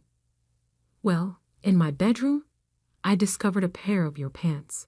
Have you and Willie been having sex?" I broke into a laugh as I said the words. Her reply was very casual. "Yes, for some time now." "Really, Lori? You believed that sleeping with my spouse was acceptable. Did you find me uninteresting and didn't think twice about being my sister?" She was prepared with an odd explanation. "Look, I believed I was assisting you. Willie was occupied by me so you could concentrate on the children." I couldn't believe what I was hearing. "Are you serious? That's the dumbest thing I've ever heard. Why would you help tear our family apart? I just want what's best for Willie. she said. Okay, if I'm the best for him, then so be it. Her words were like a slap in the face. You're disgusting, I spat out and hung up, unable to fathom her audacity. Alone and devastated, I lay in bed, tears streaming down my face as I grappled with the magnitude of the betrayal from the people closest to me. I never imagined my life would unravel like this. As I dealt with the fallout of my discovery, I had to push my emotions aside. My youngest daughter needed me. She woke up crying that night, and as I comforted her, I felt numb, mechanically moving through our routines without really being present. Throughout the day, I kept my distress hidden from my children. They didn't need to carry the weight of adult problems. I picked up my older child from school, prepared dinner, and answered their innocent questions about their dad's whereabouts with a fabricated story of him working late. As the evening wore on, my initial anger shifted to concern. It was nearing 10 p.m., and there was still no sign of Willie. I called him repeatedly, but he didn't answer. Desperation led me to dial my sister, but she too remained unreachable. Exhausted and overwhelmed, I finally fell asleep, clinging to a sliver of hope that this was all just a nightmare. Morning brought a harsh reality. Willie's absence was glaringly obvious. His belongings were missing from our bedroom. A quick check confirmed my worst fears. Most of his things were gone from our home. He had left in the night without a word, without any attempt at closure. Stunned and heartbroken, I knew I had to prioritize my children. I got them ready, dropped the eldest off at school, and took my youngest to my mother's house. My mom immediately sensed that something was amiss given my distant demeanor. I struggled to keep up the facade as the morning progressed. The thought of raising 2 children on my own loomed large, and every time I snapped back to reality, the enormity of the situation weighed heavily on me. Eventually, my mother's patience wore thin. Okay, I've had enough of your silence. What's going on? She pressed.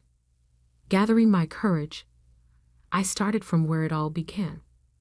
Well, I found out Willie has been cheating on me. Her shock was palpable. What? How do you know?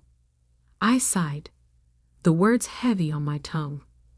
I found another woman's underwear in our bedroom. As I recounted the details, the conversation opened a floodgate of emotions I'd been holding back, marking the start of a new uncertain chapter. When I confronted Willie about the unfamiliar underwear, he didn't respond, and then he just left. He left? What do you mean? My mom asked, bewildered. When I woke up this morning, all his things were gone, I explained. The disbelief was still fresh. I didn't even have a chance to stop him. I fell asleep around midnight, and when I woke up, he had taken everything.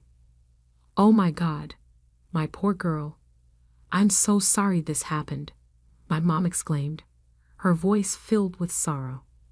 It gets worse, I continued, hesitating as I prepared to reveal the full extent of the betrayal. Oh no, what happened?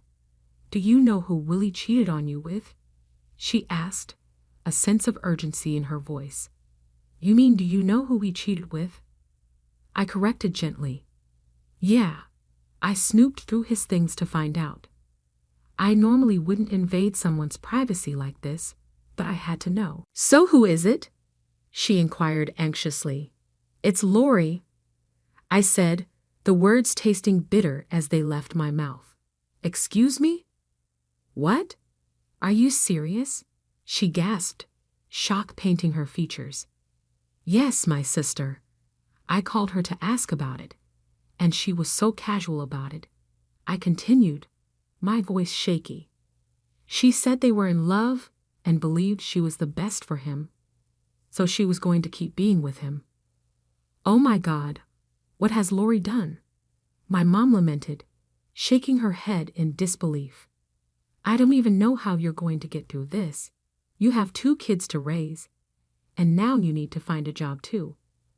Look, why don't we just get some rest while I try to process this?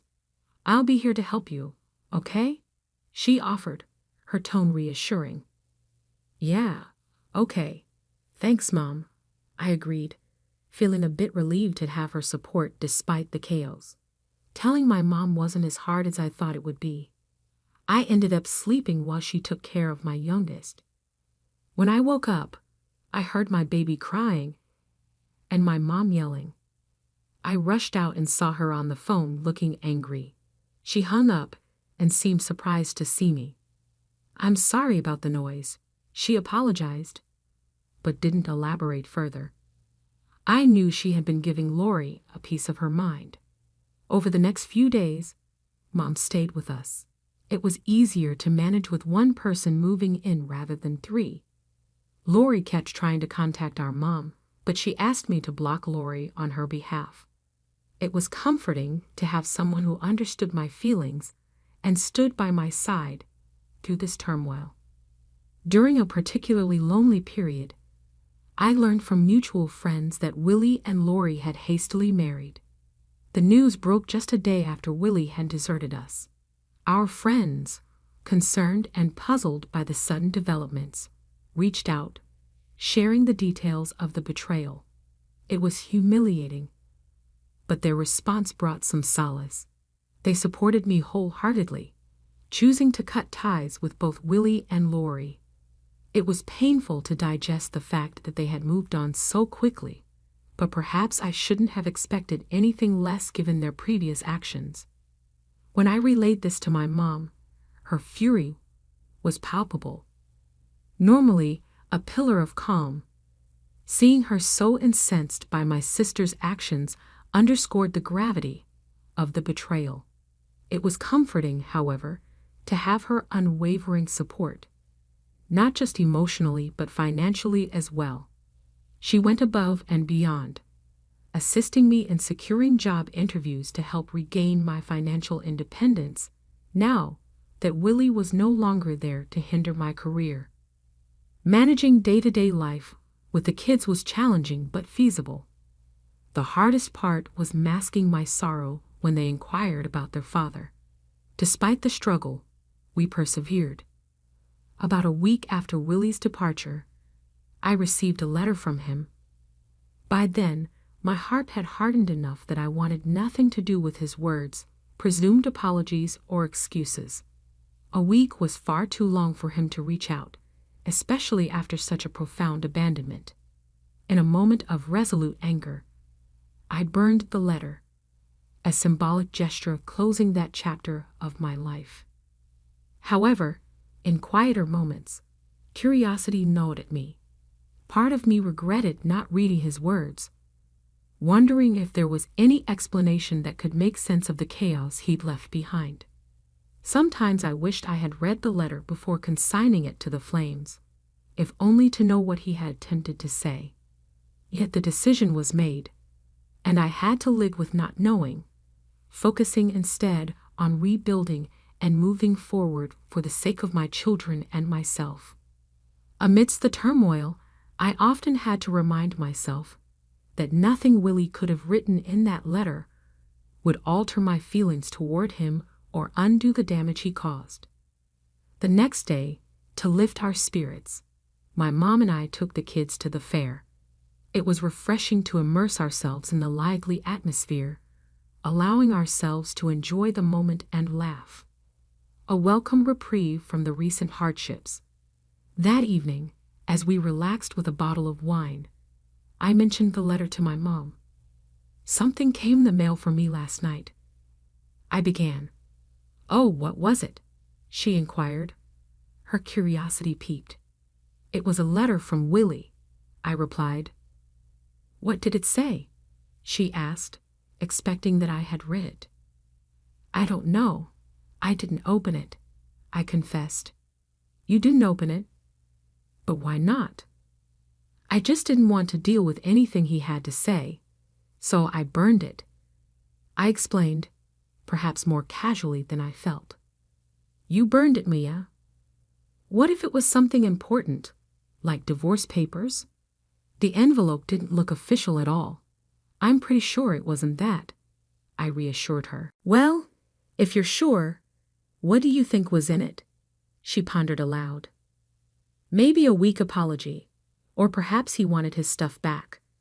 I wouldn't be surprised," I speculated, trying to dismiss the nagging thoughts about its contents. "But how are you feeling about all of this now?" She shifted the focus back to my well-being. "Today was a good day. It's tough, especially when the kids keep asking about their dad. What do I even tell them?" I admitted, the weight of the situation momentarily clouding the day's joy. "It's slowly getting better, but only a little," I added. "As long as it's improving, I'm always here for you. And just so you know, I'm planning to cut ties with your sister. Everything I have will go to you and the kids," she stated firmly.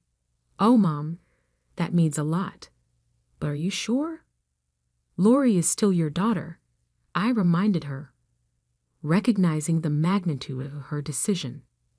"I know you and Lori had your differences, but what she did is unforgivable. I raised both of you better than this, and Lori didn't care," she said resolutely. "She's no longer my daughter in my eyes."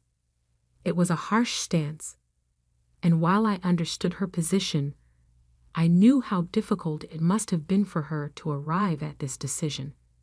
Lori was still her child, and disowning one's child is a heart-wrenching choice to make. I felt a mix of gratitude and sadness, knowing the depth of my mother's support and the painful sacrifices it entailed. The thought of ever disowning my own children was unimaginable, and it only made me appreciate my mom's support even more. She was willing to make such a difficult decision for my sake, which filled me with gratitude.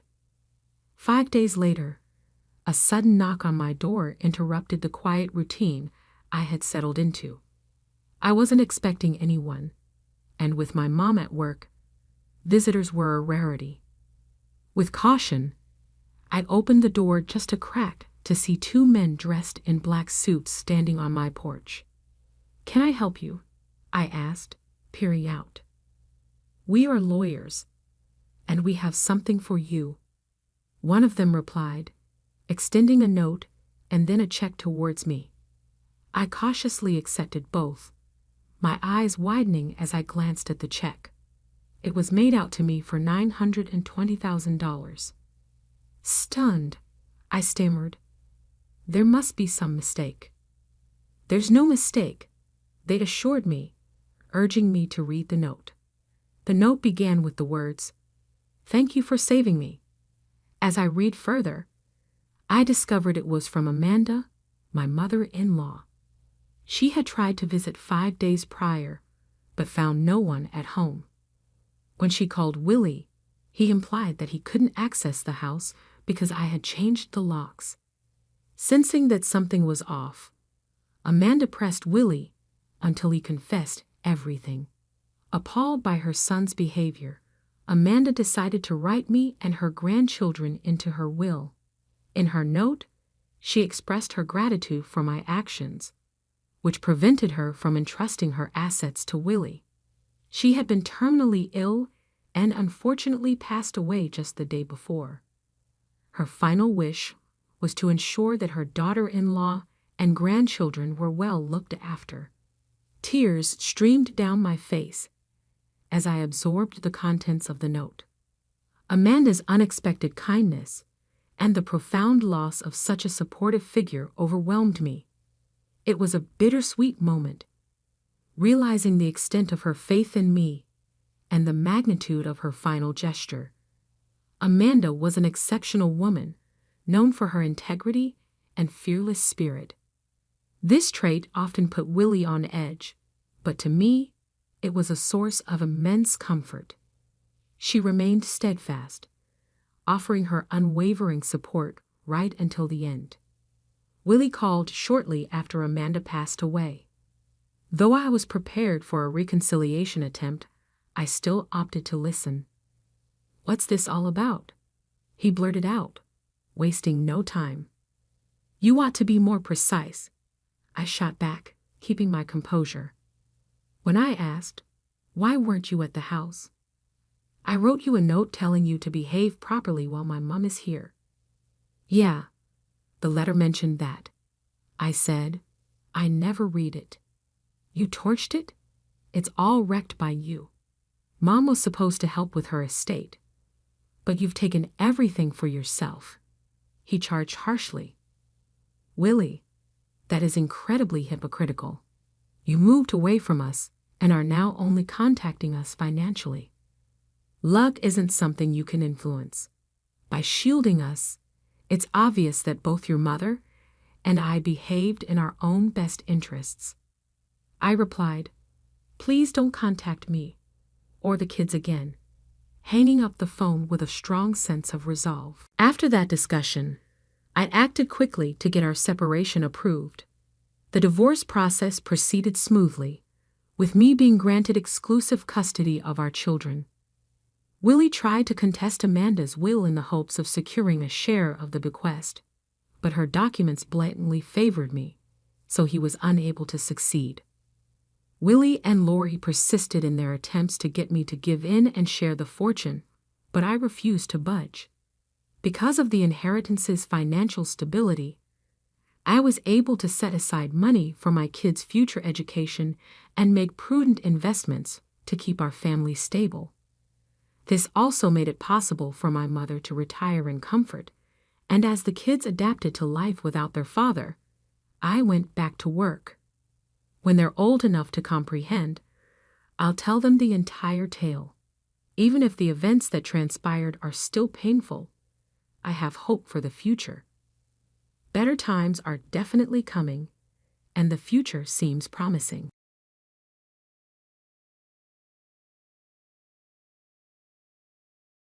The idea of having to raise the child alone while stuck with a pregnant lady was too much for me to handle.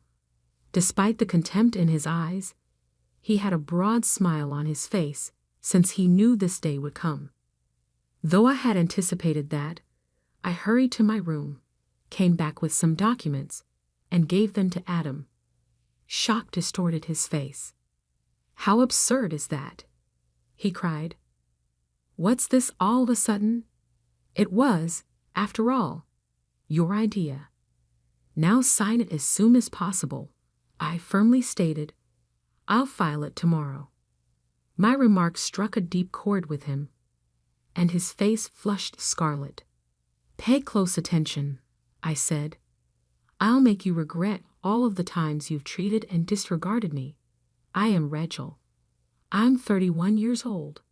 I was employed by a large mobile company until 5 years ago. When I was 26, I met my boss, Adam Johnson. We married after falling in love quite soon. Adam, who was 5 years my senior, was a great help, especially when I was a new employee with no experience. I was really appreciative of Adam's precise directions. We went out to eat frequently after becoming friends. I was ecstatic when he asked me out because I had never dated anyone before. As a cartoon aficionado, I have to admit that I was always more interested in 2D characters than real males, which is embarrassing. I began to feel pressure, though, when I noticed that my peers from high school and college were getting married. I made a secret self-promise to myself when I fell in love with Adam. He would be my first and last love. I was therefore ecstatic when we began dating and were married a year later. I was ecstatic. Adam was attractive and well-liked by our female employees.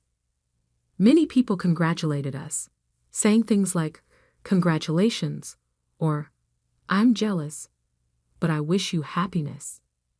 And I felt proud to be his wife. I was ecstatic and had no idea what was going to happen next. "You're leaving your position," Adam declared. "You quit your job because you're married to me now, right?" The day after we register our marriage, he told me. Adam shocked me by telling me this. Adam remarked, I've always wanted my wife to concentrate only on the house. Don't worry, my income will support the two of us, he continued. However, he had never addressed it before, and this was somewhat abrupt. It stunned me. Adam had never said that I was going to quit before we were married. My father had encouraged me to accept my current position, and it didn't feel right to quit without warning. I wanted to explain, but I refrained from speaking since Adam's expression told me not to get into an argument. Although it's done, I should have told you. You are not required to report to work as of tomorrow. I'll manage the changeover, Adam said. Adam's comments were strong, but the news about beginning tomorrow came so suddenly that I felt lightheaded. He had been my supervisor, so I didn't think I could disagree with him.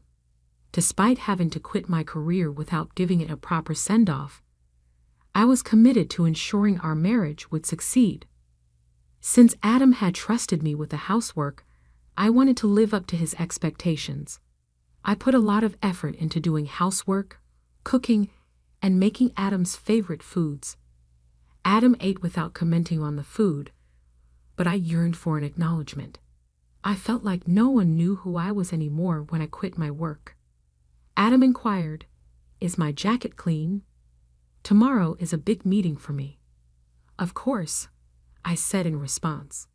Observing his authoritarian tendencies and traditional beliefs, I told myself how fortunate I was to be his wife, and made an effort to live up to his expectations. I was totally dependent on Adam because I didn't have any money of my own. Frequently, our bond resembled that of a housekeeper and employer, rather than that of a husband and wife. Everything in our marriage went well until I became sick one day and was unable to get out of bed. I thought that the next day I would catch up on cleaning because I was so weak and exhausted. "What are you doing?" Adam demanded angrily as he walked into the bedroom. He tossed the cover off of me and said, "Get up and make some food." "I apologize. I'm not feeling well. Is there anything you can handle on your own today?" I clarified, thinking that would be understood. Adam scowled and remarked, "You don't work yet. You're lying down just because you feel a little sick," as opposed to nodding or offering me consolation. Pathetic. "Rise up," and gave me another kick. I decided to offer some news on the day Adam returned home after midnight, but the smell of booze when he came in made me queasy. He stumbled as he walked, his face heated. The amount of alcohol he had consumed was astonishing, especially because he had not told me. I stood in shock, even though I'd made dinner. I got out of bed, never imagining that he would make his ailing wife do housework. Before our marriage, I never would have thought he could be this kind of person. It was just too much. Perhaps I should have seen it sooner. I discovered that I was crying as I was doing chores. My health didn't get any better after a few days. I discovered later that I had missed my menstruation. I ran to the pharmacy in a panic to get a pregnancy test. I gave it a try, and the outcome was favorable. Joyful tears ran down my cheeks, and I told Adam the news as soon as he got home from work. My mood immediately improved. I decided to break the news the day Adam returned home after midnight. However, the stench of alcohol sickened me when he entered. He stumbled as he walked, his face heated.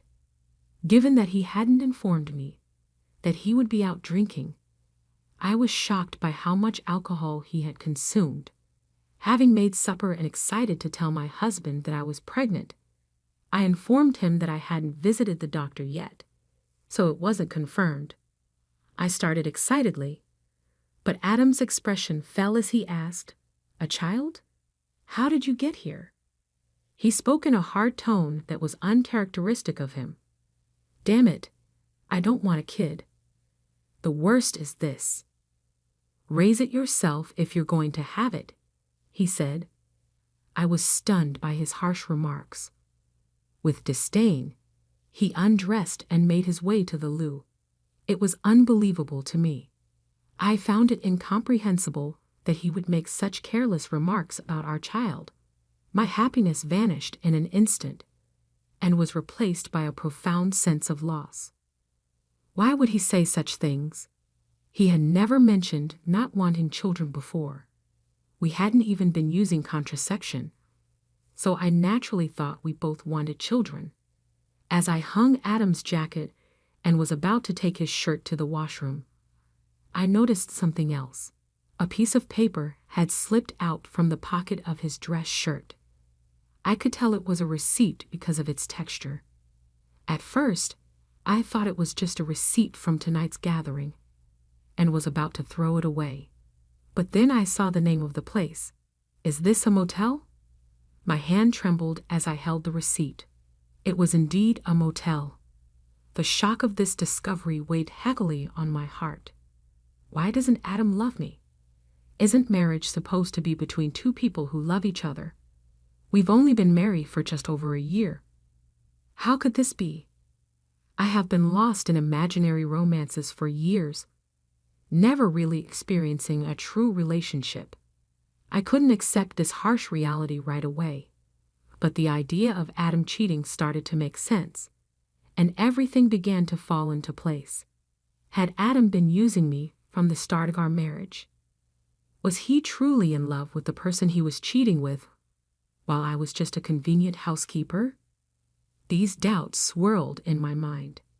Was that why he reacted so harshly when he found out I was pregnant?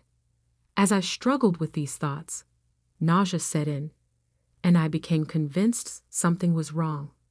Yes, there was no doubt now. Maybe the reason he made me quit my job was that his mistress worked there.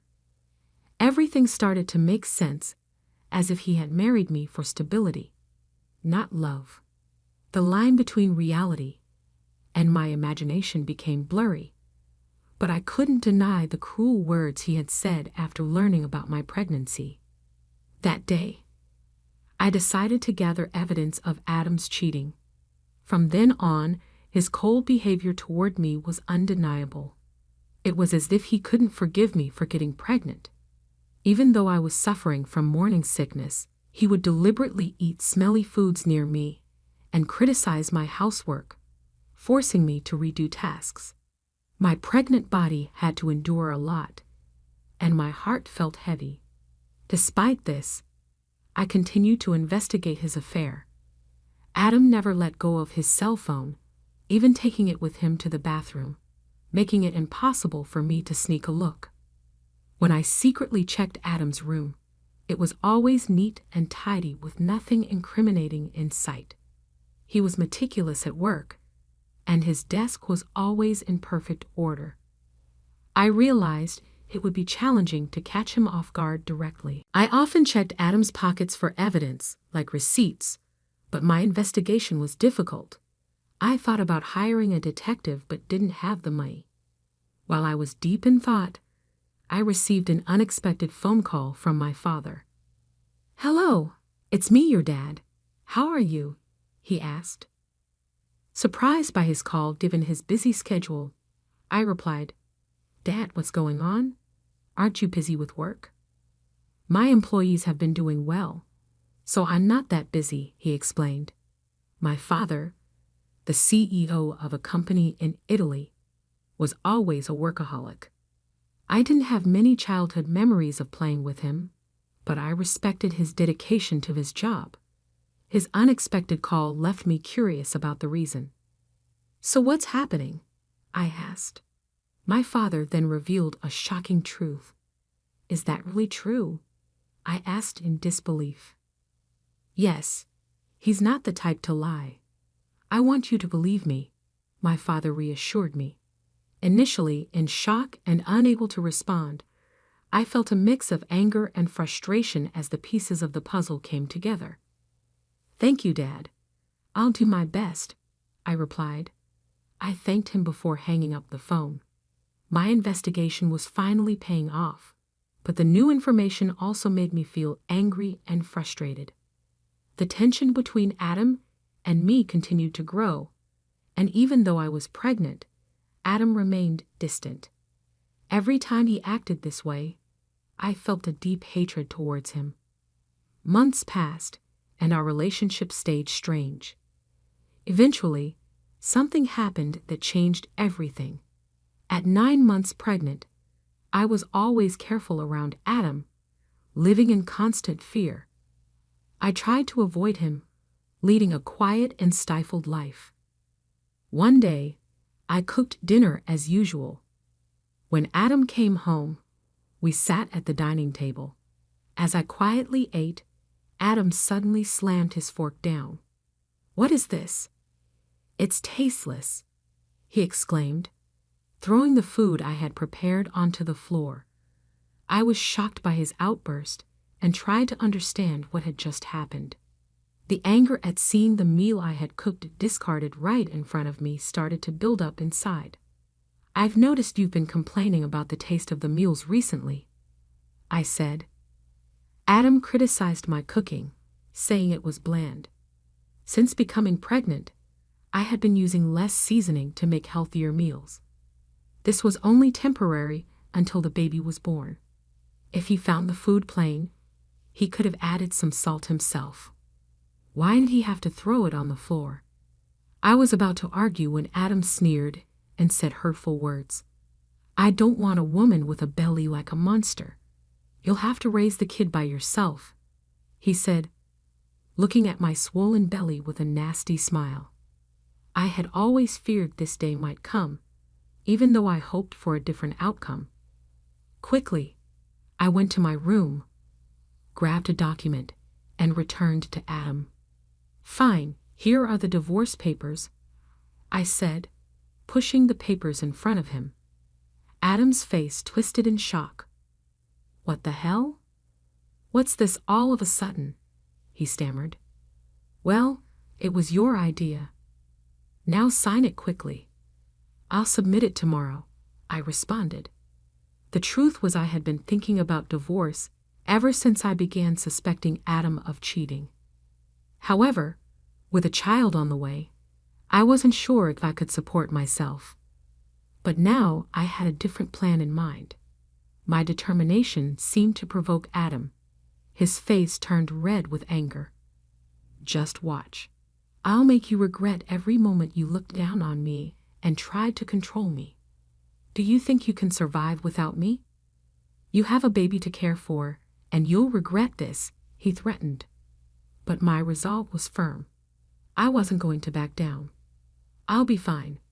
Don't worry about me," I assured Adam. Maybe irritated by my confidence, he snatched the divorce papers and started filling in the blanks. "Here you go.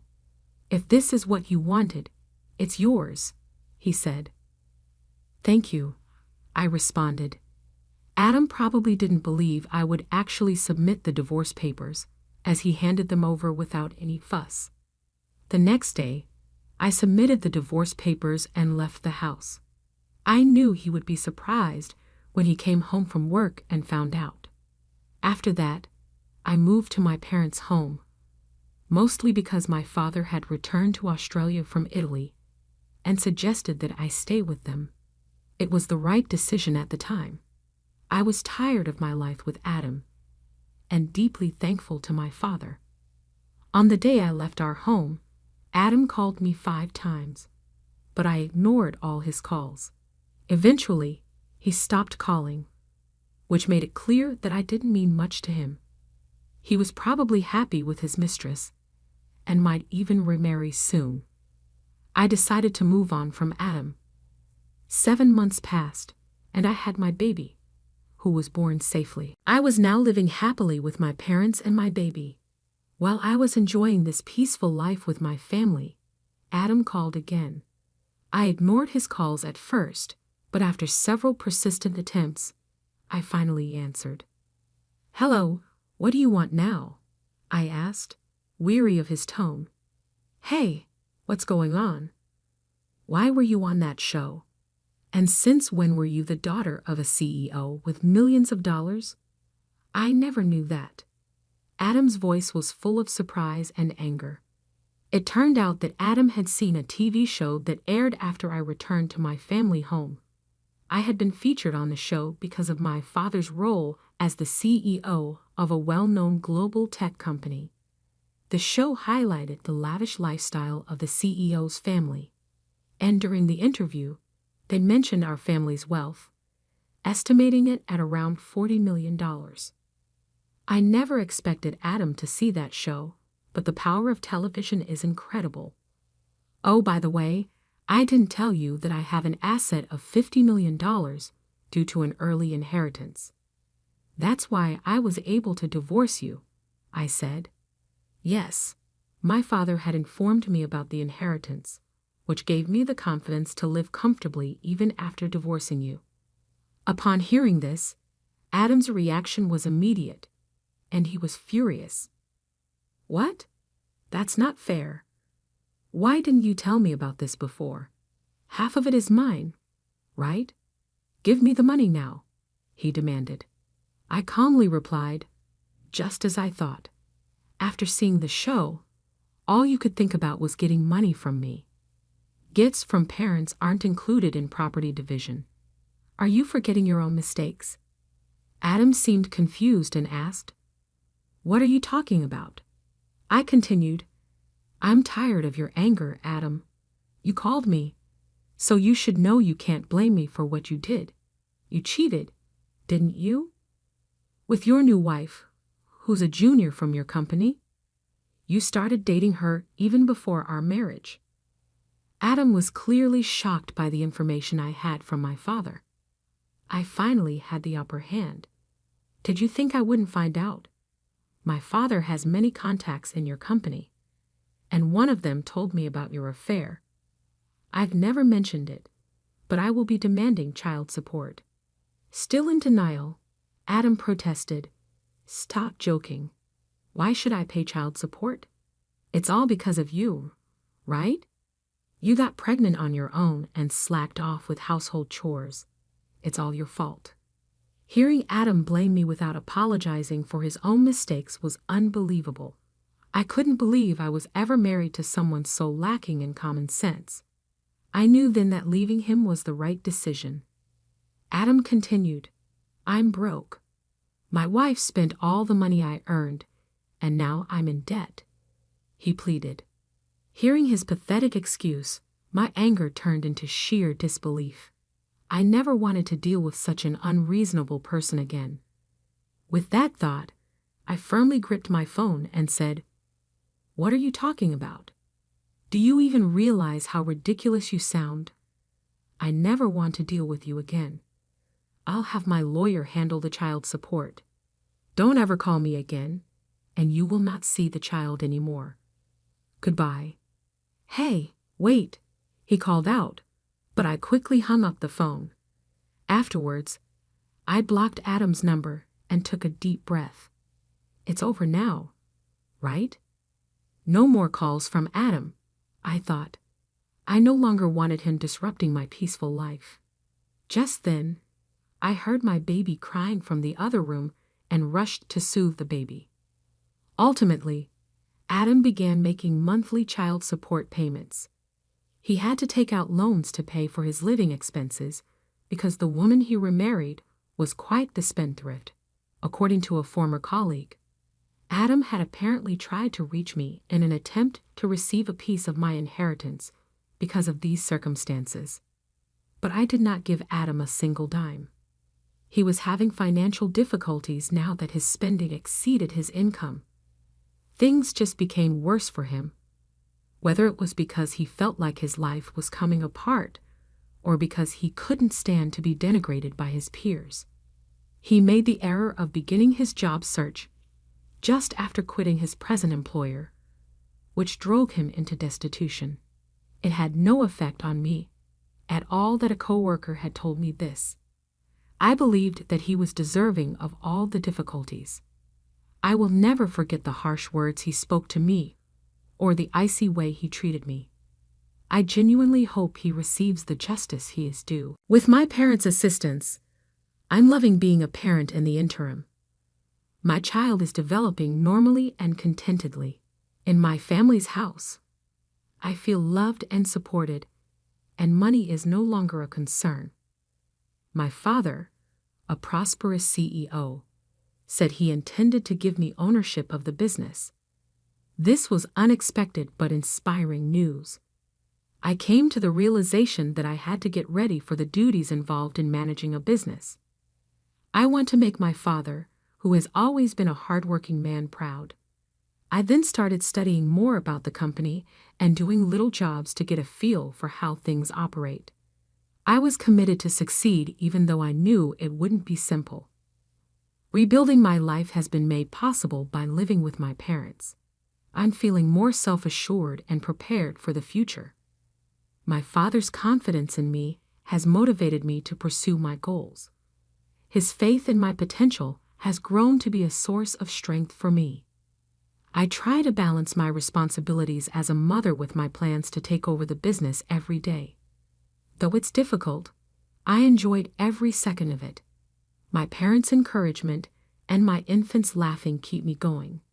I am appreciative of my second opportunity at life, free from the destructive partnership with Adam. I think back on my time with Adam a lot. Although his cruelty and betrayal caused me much pain, they also gave me important life lessons about courage and value. I've learned from it and become stronger as a result. Right now, my main goal is to provide my child and myself a bright future. The anticipation and thrill of what lies ahead are gradually taking the place of the agony of the past. I'm committed to giving my child a happy and stable life, and I believe I can accomplish anything I set my mind to when my family is by my side. I can now clearly see that my decision to leave Adam was the right one. It made it possible for me to rediscover who I am and what my actual potential is. I am not the fearful, insecure person I used to be. I'm a powerful, competent lady who is prepared to face the world. Adam needs to realize the repercussions of his actions, I hope. For my part, I'll just keep going on, seizing every chance that presents itself, and living each day to the fullest. I am certain that I can rise to any challenge and am prepared for whatever the future holds.